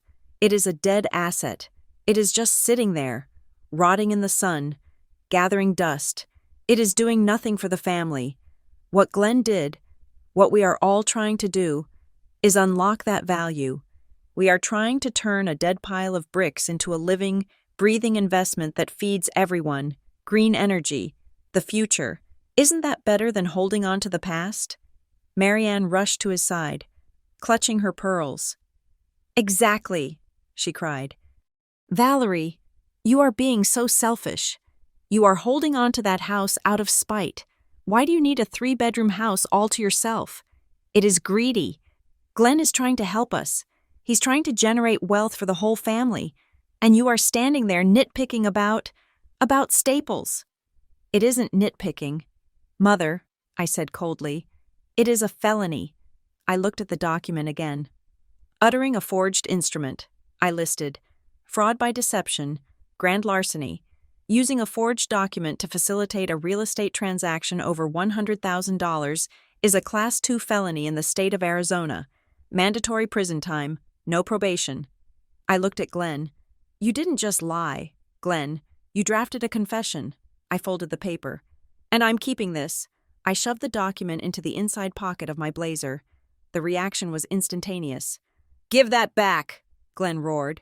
He lunged at me. It was a clumsy, violent motion. He knocked over a chair, his hands reaching for my throat, his face purple with rage. He wasn't a stepfather anymore. He was a desperate criminal trying to destroy the evidence. But he never reached me. 2 of the male guests, Uncle Robert and a business associate of Drew's, grabbed Glen by the arms. Whoa, Glen, easy, Uncle Robert shouted, struggling to hold him back. Not here, not in front of everyone. They didn't hold him back because they wanted to protect me. They held him back because they were terrified of a scandal. They were terrified of the police being called to a brawl at a black tie event. They were protecting their own dignity, not my safety. She stole my property, Glen screamed, struggling against their grip. That is my paper. Give it back, you thief. It is evidence, I said calmly, taking a step back, ensuring there was a table between us. And it is going directly to the district attorney. Bryn appeared at my elbow. She wasn't looking at Glen. She wasn't looking at the guests. She was looking at her phone, her thumb scrolling frantically. Then she looked at me. Her face had changed. The smug superiority was gone. The mocking smile was gone. In its place was a naked, terrifying desperation. Val, she whispered. She reached out and touched my arm. Her fingers were ice cold. Val, please, just give him the paper. Please. Why? I asked, pulling my arm away. We can fix this, Bryn pleaded. Her voice was rapid, breathless. We can write up a new one, a real one. You can sign it tonight. We can backdate it. Just sign the authorization. Val, please, we need the money. You don't need money, I said. You need a miracle. You don't understand, Bryn hissed, looking over her shoulder at the driveway. The transfer is queued. The investors. There are people waiting for the confirmation. If the funds don't clear by midnight, Drew loses the contract. He loses everything. They will come for us. Val. Not just the police, the other people, the private lenders. I looked at her. Private lenders, I repeated. You mean loan sharks? Bryn flinched. Tears spilled over her lashes, ruining her makeup. It is complicated. Drew leveraged He borrowed against the promise of the house sale. He already spent the advance. Val. He spent it on the car rentals, the party, the payments to the early investors to keep them quiet. If the house sale doesn't go through, if you don't sign. She choked on a sob. We are dead, she whispered. Literally. I looked at the trio of them. Glen, panting and red-faced, held back by his own guests. Marianne, weeping into her napkin, mourning her reputation rather than her morality. Bryn, trembling in her designer dress, revealing that the successful life was built on debts to dangerous men. They hadn't just sold my house. They had sold it before they owned it, spent the money, and now they were staring down the barrel of a deadline that I had just cemented shut. They needed money tonight, right now. They needed me to be the compliant, stupid doormat I had always been. They needed me to sign away my grandmother's legacy to pay off their gambling debts. "You are right, Bryn," I said. "It sounds like you are in a very difficult position." Bryn's eyes lit up with a flicker of hope. "So you will sign? You will help us?" "No," I said. The hope vanished, replaced by horror. "I am not going to help you," I said. "I am going to finish you." I patted the pocket where the forged document sat against my ribs. "This document proves that Glen attempted to sell property he didn't own. It invalidates the sale. The title company will freeze the transaction the moment I email them a photo of this forgery. I will do that in approximately 5 minutes." "No!" Glen screamed. "You can't." "I can," I said. "And I will. The house is safe. My house is safe." I looked at Drew. He was standing very still, his face pale. He was checking his watch. "Tick-tock. Drew," I said. "Midnight is coming, and I don't think you have $450,000 in your pocket." Drew looked at me with pure hatred. "You are enjoying this," he spat. "You are actually enjoying destroying your own family." "I am not destroying my family," I said. "I am recovering my assets. There is a difference." I turned to the crowd one last time. "If anyone here has invested money with Sunward credits," I announced, my voice ringing clear in the desert night, "I suggest you check your bank balances, tonight, before the servers go down." Panic began to ripple through the room. Phones were pulled out. Murmurs turned into shouts. "Valerie!" Marianne shrieked. "Stop it! Stop it right now!" "I can't stop it. Mother," I said. "The train left the station a long time ago. I am just the one who blew up the tracks." I turned and walked away. This time, nobody tried to stop me. Glen was too busy fighting the restraining arms of his guests. Bryn was sobbing into her phone. Drew was running toward the back exit, likely trying to find a way to flee before the private lenders realized their collateral had just walked out the door in a gray suit. I reached the edge of the light. The darkness of the desert wrapped around me. But I wasn't leaving yet. I had one more layer of the box to open, and the guests, the police, were right on time. I did not walk to my car. Instead, I stopped at the edge of the patio where the shadows met the light, turned around, and walked straight back to the table where the black velvet box still sat. The crowd had not dispersed. They were frozen in a tableau of confusion and rising panic. Glen was panting, his face a mottled red. Drew was pacing near the dessert table, checking his phone with frantic, jerky movements. Marianne was clutching her pearls so tightly I thought the string might snap. They thought I was leaving. They thought I had fired my shot and retreated. I placed my hands on the table, leaning forward slightly. "You hate paperwork," I said. My voice was not loud, but in the sudden silence of the desert night, it carried like a bell. "You call it boring. You call it tedious. You mock me for living in a world of numbers and receipts. But you are wrong." I pulled the velvet box back toward me. "Paperwork is the only thing in this world that never lies," I said. "People lie. Smiles lie. Rented Lamborghinis lie. But the ledger? The ledger always tells the truth." I opened the box again. I reached past the space where the crumpled seizure notice had been and pulled out a thick, bound dossier. It was clipped with a heavy steel binder clip. "Layer 1, I announced. I slammed the dossier onto the table. The sound made Bryn jump. "This is the corporate filing for Sunward Credits, LLC, I said. "Drew's company, the one you are all so eager to invest in." Drew froze. He looked at the folder, and for the first time, the color drained completely from his face, leaving him looking like a wax figure melting in the heat. "That is confidential proprietary information," Drew shouted. his voice cracking. You stole that. That is corporate espionage. It is a public filing with the Securities and Exchange Commission, I corrected him. Or rather, it is the lack of one. I flipped the folder open. I have here a cease and desist order issued by the Arizona Corporation Commission, dated 3 days ago, case number S-2344-Y. I looked up at the guests.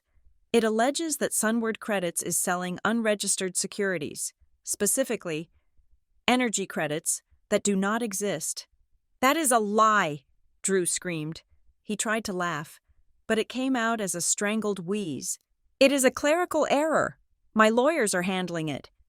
It is just a mix-up with the paperwork. A mix-up? I asked. I flipped to the next page. Is this also a mix-up? Drew? This is a forensic trace of the company's primary operating account at Wells Fargo. Account ending in 4922. I pointed to a highlighted column of figures. Here is the deposit from Uncle Robert, $60,000, received on June 4th. Uncle Robert, the man who had been holding Glenn back, let go of my stepfather's arm. He stepped forward, his face pale. You got my money. Drew, Robert stammered. You sent me a confirmation. You said it was invested in the solar array in Nevada. And here is the outflow, I continued, tracing the line with my finger. June 5th, $50,000 transferred to Exotic Motion Fleet Services. That is the rental agency for the Lamborghini. Uncle Robert made a sound like he had been punched in the gut. June 6th, I read, $8,000 to Luxury Villa Rentals of Scottsdale. That is where we are standing right now. I looked at Marianne. You are not celebrating your anniversary on the fruits of your success. Mother, you are partying on Uncle Robert's retirement fund. The room exploded. It wasn't just a murmur this time. It was a roar. Uncle Robert lunged at Drew. You thief! You told me that money was safe. You told me it was government-backed.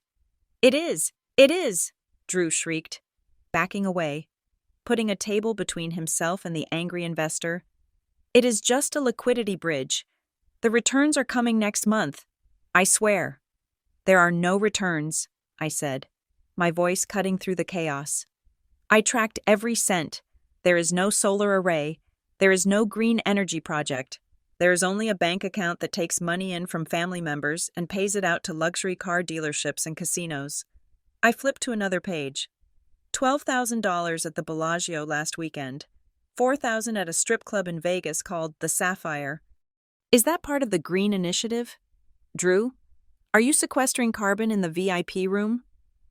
The crowd gasped. The image of the visionary investor crumbled instantly, replaced by the reality of a degenerate gambler.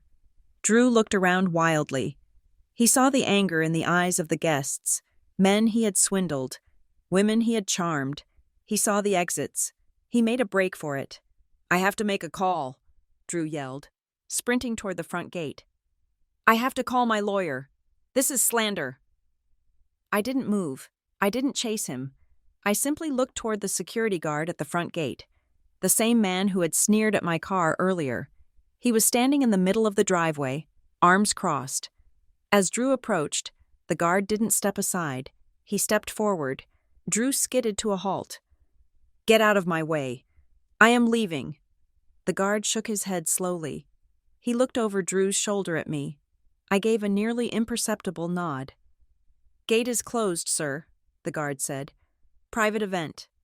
Nobody leaves until the host says so. I am the host, Drew screamed. Actually, I called out from the table, according to the rental agreement I just showed you, the contract is in default, which means the property reverts to the management company, and since I just bought the debt on the rental contract from the agency an hour ago, I smiled. I am the host. Drew stared at me in horror. He was trapped. The exit was blocked. The investors were closing in. Marianne ran to the middle of the courtyard, waving her arms. Stop it, she wailed. Valerie, look what you are doing. You are tearing this family apart. This is a private matter. We can discuss this inside. Don't ruin everything. I am not ruining it. Mother, I said. I am exposing it. You said you wanted success. You said you wanted to be surrounded by wealth. Well, here it is. This is how your wealth was made. By stealing from your own brother. I pointed at Uncle Robert, who was now being restrained by two other guests from physically attacking Drew. When dirty money flows through your living room, Marianne, it stops being a family matter, I said. It becomes a crime scene. Bryn, who had been standing frozen near the chocolate fountain, suddenly collapsed into a chair. She buried her face in her hands and began to sob loudly. I didn't know, Bryn cried. I didn't know anything.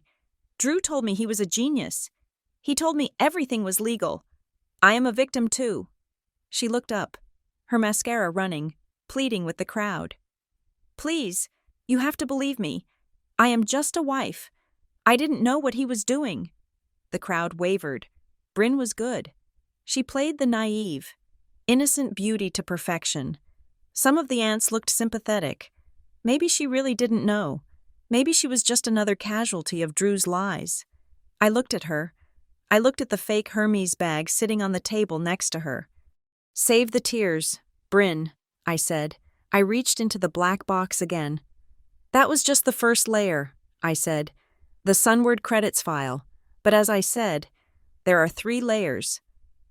I pulled out a second folder. This one was thinner, but the label on the front was even more damning. Layer 2, I said. I looked at Bryn. Her sobbing stopped instantly. Her eyes locked onto the folder in my hand, and the fear I saw there was absolute. She knew what was in there. She knew that her innocent wife act was about to be obliterated. You said you didn't know? I asked her. I tapped the folder. This file suggests otherwise. In fact, this file suggests that Drew wasn't the only one spending money that didn't belong to him. The crowd fell silent again. The oscillating fan of blame was swinging toward the golden child. Valerie, don't, Bryn whispered. Please. Open the box. Valerie, Uncle Robert shouted. Let's see it. I want to see where the rest of my money went. Yes, I said. Let's see. I opened the folder. And you might want to sit down. Mother, I added, looking at Marianne. Because this part is going to break your heart. Layer 2, I repeated, my voice cutting through the hysterical sobbing coming from my sister. I opened the second folder. It was thinner than the first, but the paper inside was heavier, denser with the weight of personal betrayal. Bryn was currently slumped in her chair, her face buried in her hands, her shoulders heaving with the performance of a lifetime. She was playing the role of the blindsided wife, the innocent flower crushed by her husband's ambition. It was a good act. It was convincing. Even Aunt Janice looked ready to rush over and comfort her, casting nasty glares in my direction as if I were the villain for exposing the play. You can stop crying, Bryn, I said. The tears won't scrub the IP address off these applications. Bryn looked up. Her mascara had run down her cheeks in dark, jagged rivers, but her eyes were dry and hard. She knew I had something. She just didn't know how much. I don't know what you are talking about, she stammered, her voice trembling for the audience. I just wanted to support my husband.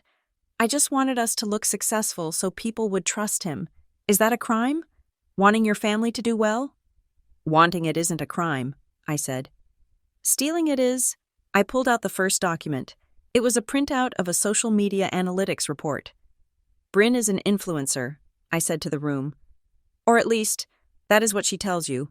She has 200,000 followers on Instagram. She has brand deals. She has the blue check mark of verification. You all look at her feed and see a life of effortless luxury. I held up the paper.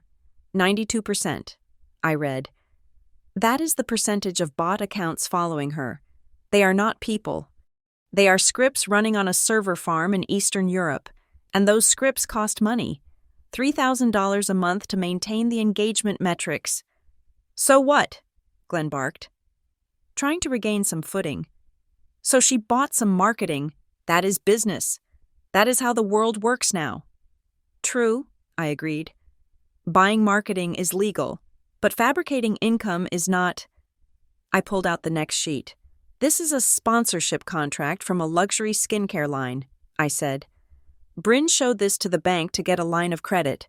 It claims she is paid $10,000 a post. I dropped the paper on the table. The company doesn't exist. The contract was signed by Jane Doe, literally. And the payments? They were coming from Drew's account, the account funded by your investments, routed through a PayPal address to make it look like corporate income. It is circular fraud. You were paying yourself with stolen money to convince the bank to lend you more money. Bryn went pale. That was Drew. He set it up. Did he? I asked. I reached for the black velvet box and pulled out a stack of credit card statements. They were bound with a red rubber band. This is where it gets personal, I said quietly. I looked at Marianne. Mother, you might want to put your glass down. Marianne was staring at me with a mixture of hatred and terror. She didn't put the glass down. She gripped it tighter, as if it were the only thing anchoring her to the earth. What did you do? Marianne whispered. I didn't do anything, I said. But Bryn did. I slid the statements across the tablecloth toward her. They fanned out like a losing hand of poker. Take a look at the cardholder name, I said. Marianne looked down. She squinted in the dim light. She saw the logo of the black card, the ultra-exclusive credit line that required a massive annual spend. It says, Marianne Brooks, she read, her voice confused. But I don't have this card. I never applied for this card. I don't qualify for this limit. No, I said. You don't. But Bryn does. Or rather, Bryn knows your social security number. She knows your mother's maiden name. She knows the name of your first pet. Marianne's head snapped up. She looked at Bryn. Bryn? She asked. It was a small, fragile sound. It is a mistake, Bryn shrieked, jumping to her feet. Valerie forged them. She is trying to frame me. Look at the transactions. Mother, I said, ignoring Bryn's screeching. Look at the dates. Marianne looked. Her finger traced the lines. Saks Fifth Avenue, $4,000, March 3rd. Marianne read. She looked up, her eyes wide. That was my birthday. You gave me the diamond earrings. Bought with a credit card opened in your name, I said. You paid for your own gift, Mother, and you will be paying for it for the next 10 years at 28% interest. Marianne made a choking sound. She turned the page. The resort deposit, she whispered. The flight upgrades, She stopped. She looked at Bryn's dress, the shimmering, diamond-encrusted gown that made her look like a star. The dress, Marianne said. You said the designer gave it to you. $12,000, I said. Charged to the Marianne Brooks account on June 12th. The silence that fell over the table was heavy enough to crush bone. For 30 years. Marianne had worshipped Bryn. She had placed her on a pedestal so high that the air was thin. She had called her the golden child, the success story, the proof that the Brooks DNA was special. She had looked at me with disdain because I was ordinary, because I paid my bills and drove a sedan and didn't sparkle. And now, she was looking at the receipt for the sparkle, and realizing it was purchased with her own stolen identity. You stole from me? Marianne whispered. The pain in her voice was raw. It wasn't the anger she had directed at me. It was the agony of a believer realizing her God is a plaster statue. Bryn, tell me you didn't. Bryn looked at the evidence. She looked at the crowd. She saw the disgust on the faces of the aunts and uncles. She realized the innocent wife act was dead. So she switched tactics. She bared her teeth. I had to, Bryn screamed, stomping her foot like a petulant child. I had to keep up appearances. Do you know how much pressure it is? Everyone expects us to be rich. You expect it. You want the fancy dinners and the trips and the bragging rights. You pushed me to be this star. Well, being a star is expensive. Mom! You stole my identity, Marianne said, her voice shaking. You committed fraud against your own mother. I was going to pay it back, Bryn yelled. Once the Sunward deal closed, once Drew got the big payout, it was just a bridge loan. I did it for us. For the family brand. There is no family brand, I said coldly. There is just a family crime syndicate. Glen slammed his fist onto the table, making the silverware jump. Enough, he roared. He pointed a shaking finger at me. His face was purple, his eyes bulging. You set this up, Glen shouted. You planned this. You knew about this for weeks, didn't you? You waited. You waited until tonight. You waited until everyone was here, until the cameras were rolling, until we were all vulnerable. You lured us here to slaughter us. He looked around at the guests, seeking allies. She is a monster, Glen yelled. She is a sociopath. Who does this to their own flesh and blood? She gamed the system to trap us. I looked at him. I felt absolutely nothing. No anger, no pity, just the cold satisfaction of a forensic accountant balancing a chaotic ledger. I didn't build the trap. Glen, I said. I didn't forge the signatures. I didn't open the shell companies. I didn't steal the money. I tapped the black box. I just walked into a dark room where you were all stealing from each other, I said. And I turned on the lights. Glen opened his mouth to scream again, but I cut him off. And I am not done, I said. There is one layer left. I placed my hand on the third and final folder in the box. It was blue.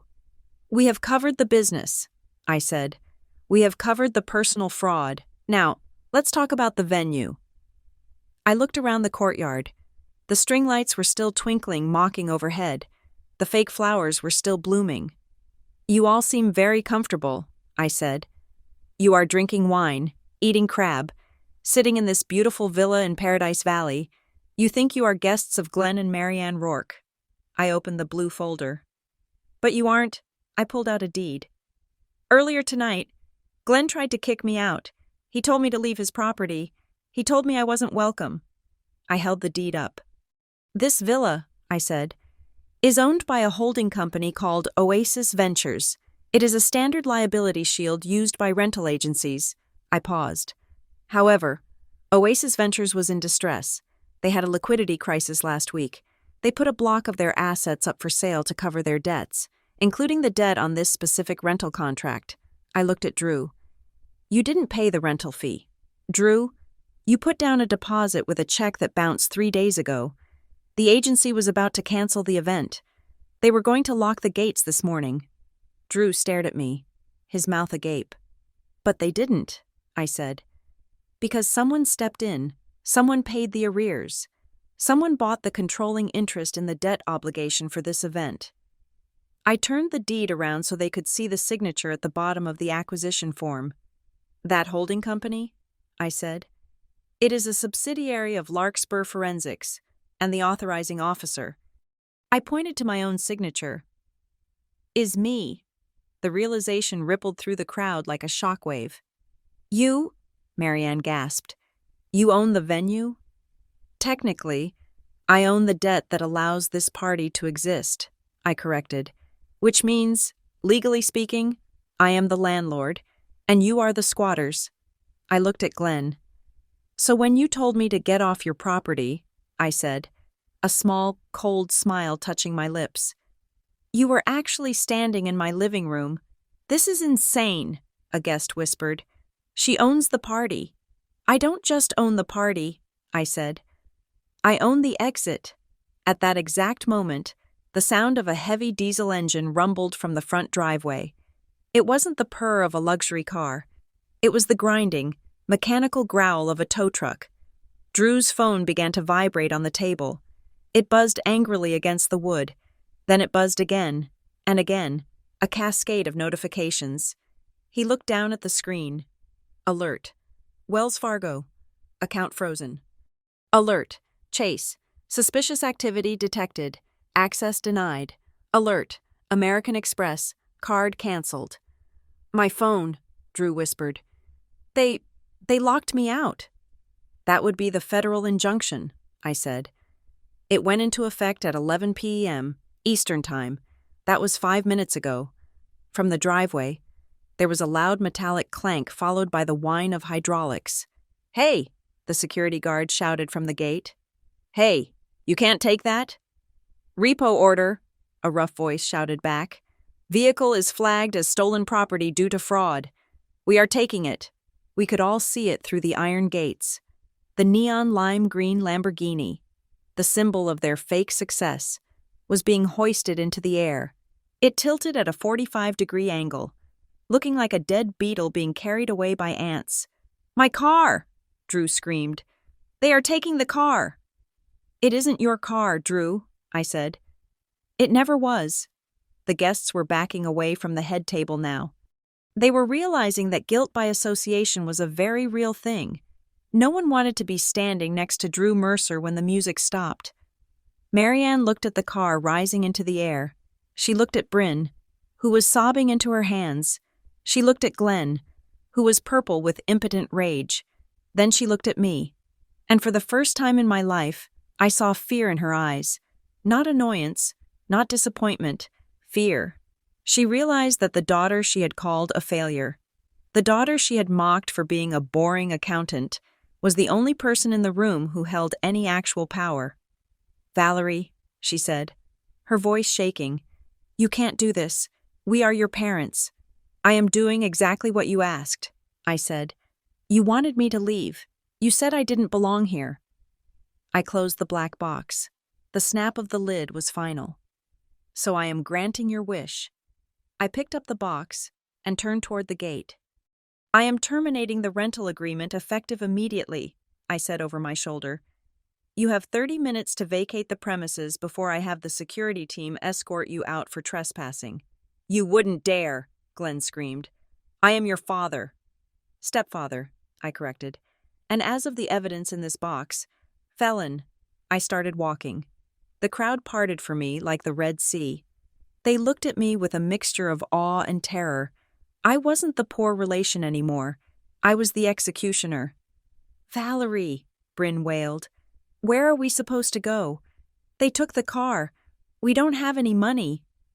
"I suggest you call an Uber," I said, not breaking stride.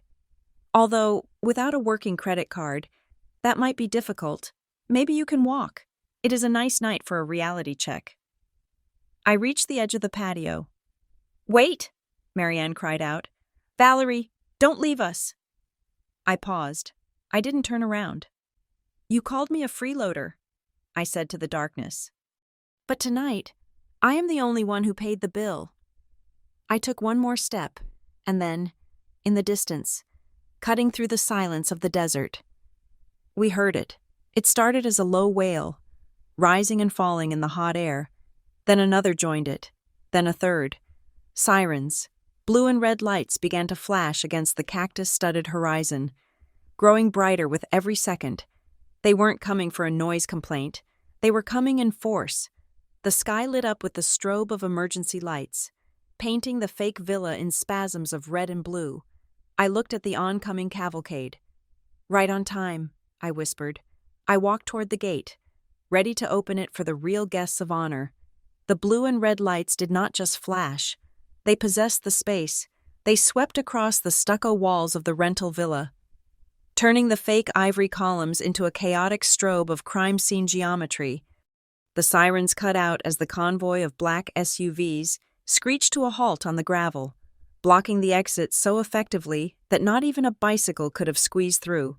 The doors flew open in unison. This was not a polite visit from the local patrol. This was the Southwest Financial Crimes Task Force. They moved with the terrifying efficiency of a hive mind.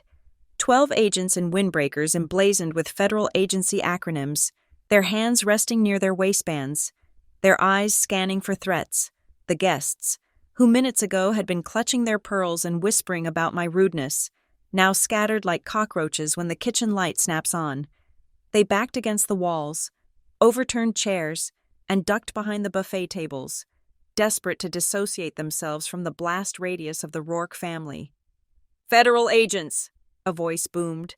It came from a man in the lead, holding a badge high in the air. "Nobody move. Hands where we can see them." Drew Mercer, who had been sprinting toward the back wall in a futile attempt to scale the trellis, froze. He looked back, his face a mask of pure, unadulterated panic. He raised his hands slowly. his velvet jacket bunching up around his shoulders. "It is a misunderstanding," Drew shouted, his voice cracking into a high pitch. "I am a businessman. I want to speak to my attorney." 2 agents were on him in seconds. There was no conversation. There was no negotiation. They spun him around and slammed him against the stucco wall. The sound of air leaving his lungs was audible across the courtyard. "Andrew Mercer," the agent recited, his tone flat and bored. "You are under arrest for securities fraud, wire fraud, and aggravated identity theft. You have the right to remain silent." "My arm! You are hurting my arm!" Drew wailed as the handcuffs ratcheted shut. "Someone record this. This is police brutality." A few guests did hold up their phones, but they weren't recording to help him. They were recording because disaster is the ultimate spectator sport. "Anything you say can and will be used against you," the agent continued, marching Drew past the stunned crowd. As they dragged him past me, Drew locked eyes with me. "Valerie," he screamed, Tell them it is a mistake. We are family." I stood perfectly still, my hands clasped in front of me. I looked at him with the dispassionate interest of a biologist observing a specimen in a jar. "I can't lie to federal agents, Drew," I said calmly. "That would be a crime." They shoved him into the back of a waiting SUV. The door slammed shut, sealing off his protests. The raid was far from over. Another agent, a woman with a sharp bob cut and a clipboard, made a beeline for Bryn. My sister was still sitting at the table, clutching the fake Hermes bag as if it were a life preserver. "Bryn Mercer?" the agent asked. Bryn looked up, her eyes wide and wet. I didn't do anything. I am just the wife. I don't know anything about business." "We are not here for the business," the agent said. She handed Bryn a thick stack of documents. "This is a subpoena to appear before the grand jury, and this," she handed her a second paper, "is a surrender order for your passport. You are considered a flight risk." "My passport?" Bryn shrieked. She stood up, knocking her chair over. "You can't take my passport. I have a retreat in Tulum next month. I have brand commitments." "Not anymore," the agent said coldly. "If you attempt to leave the state of Arizona, a warrant will be issued for your immediate arrest. Do you understand?" "This is going to ruin my reputation," Bryn screamed, looking around at the guests who were now openly staring. "Do you know how many followers I have? You are humiliating me." I stepped forward, just a few inches. "Your reputation didn't die just now, Bryn," I said softly. "It died the moment you stole our mother's identity to buy a dress." Bryn turned to me, her face twisted in hate. "I hate you," she hissed. "You did this. You jealous, bitter little witch." "I am sure the jury will be fascinated by your perspective," I replied. Across the patio, the scene was quieter but far more intense. A senior investigator had cornered Glen. They weren't shouting. The investigator was holding a plastic evidence bag. Inside the bag was the forged power of attorney document I had handed over to the security team moments before. Glen was shaking. He wasn't the blustering patriarch anymore. He was a small, terrified man in a cheap tuxedo. "Mr. Rourke," the investigator said, his voice carrying on the wind. "We have a statement from the notary. Sarah Jenkins. She claims she never met you. She claims her seal was stolen from her desk 3 years ago." I can explain," Glen stammered. It was an administrative error. I meant to get it re-signed." "And the mismatched fonts?" the investigator asked, pointing to the document. "Page 2 doesn't match page 1. Did you think we wouldn't notice that you spliced a new middle page into a legal instrument?" Glen opened his mouth, but no words came out. He looked at the document, then at the investigator, then at the ground. The fight had left him. He realized that the technicalities he had mocked me for, the fonts, the dates, the staples, were actually the bars of the cage he had built for himself. "We are going to need you to come down to the station to answer some questions regarding the attempted sale of the property at 412 Oak Street," the investigator said. "Please come with us." They didn't handcuff him yet. but they flanked him, two large men ensuring he had nowhere to go but forward. Marianne sat alone at the head table.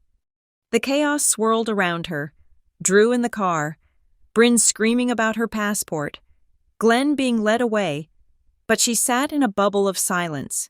She was staring at the empty chair where Glen had been. She looked stripped. The haughty, cruel woman who had presided over the dinner was gone. In her place was an aging woman in a dress she couldn't afford, watching her life disintegrate. I walked over to the table. I still had the black velvet box in my hand. There was one final item inside, one last layer that I had saved for her alone. "Mother," I said. She looked up slowly. Her eyes were dull. "Are you happy?" she whispered. "Is this what you wanted? To see us destroyed?" "I didn't destroy you," I said. "I stopped you from destroying yourselves. There is a difference. You took everything," she said. "The investments, the house, the reputation. You left us with nothing." "I didn't take anything that was yours," I said. "But there is one thing I need to correct." I reached into the box and pulled out a single, folded piece of paper. It wasn't a legal threat. It wasn't a seizure notice. It was a bank summary. "For 5 years," I said, "you have told everyone who would listen that I was a freeloader. You told the aunts, the neighbors, the church group. You said I lived in Grandma's house for free while you and Glen paid the mortgage out of the goodness of your hearts." Marianne flinched. "We did pay it. Glen handled the accounts. He told me he paid it every month." "Glen didn't pay a dime," I said. I placed the paper in front of her. "This is the transaction history for the mortgage on the bungalow," I said. "Look at the source of the funds." Marianne looked down. She read the line items. "Payment received. Source, LFR Holdings. Payment received. Source, LFR Holdings. Payment received. Source, LFR Holdings." "LFR Holdings," she read. "I don't know what that is." "Larkspur Forensics and Recovery," I said. "My company." Marianne stopped breathing. "I bought the mortgage note from the bank 5 years ago," I said. "When Glen stopped paying and the house was about to go into foreclosure, the bank contacted me because my name was on the deed as a future beneficiary.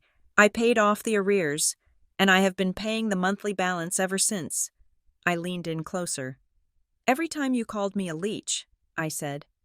"I was the one keeping the roof over your head. I paid for the bungalow, I paid for the taxes, and I paid for the maintenance that Glen claimed he couldn't afford." Marianne stared at the paper. The realization hit her like a physical blow. The narrative she had constructed, the story of the benevolent mother supporting the failure daughter, was the exact inverse of the truth. She had been the dependent one. She had been the one living on my charity. "You knew?" she whispered. "You knew the whole time? Why didn't you say anything?" "Because I didn't need the applause," I said. "I just wanted my home." I stood up straight. "But that ends tonight." I placed one last document on the table, right on top of the mortgage history. It was a thick cardstock notice with a red border. "Notice of termination of tenancy." "What is this?" Marianne asked, her voice trembling. "This is for the bungalow," I said. "Since you and Glen tried to sell it out from under me today, I have taken steps to ensure that never happens again." I pointed to the bottom of the document. "I transferred the title of the house an hour ago," I said. "It is no longer owned by me, and it is certainly not owned by Glen. The property has been donated to a newly formed nonprofit trust." "A trust?" she asked. "The Roselight Heritage Fund," I said, "named after Grandma's favorite roses. The house is now a designated heritage site for the preservation of mid-century adobe architecture. The charter of the trust explicitly forbids the sale, mortgage, or alteration of the property." I smiled. "It can never be sold. It can never be developed into condos. It can never be leveraged for a loan. It is a stone in a river. Mother, it will sit there forever." "But," she stammered, "but if it is a trust, who controls it?" "The board of directors," I said. "Which consists of exactly one person," I tapped my chest. Me. I stepped back. You are banned from the property, I said. The trust has issued a restraining order against Glen Rourke and Marianne Brooks for attempted fraud against the estate. If you step foot on the driveway, you will be arrested for trespassing on protected land. Marianne slumped in her chair. She looked small. She looked old. She looked completely defeated. Where will we live? She whispered. The bank is going to take this villa.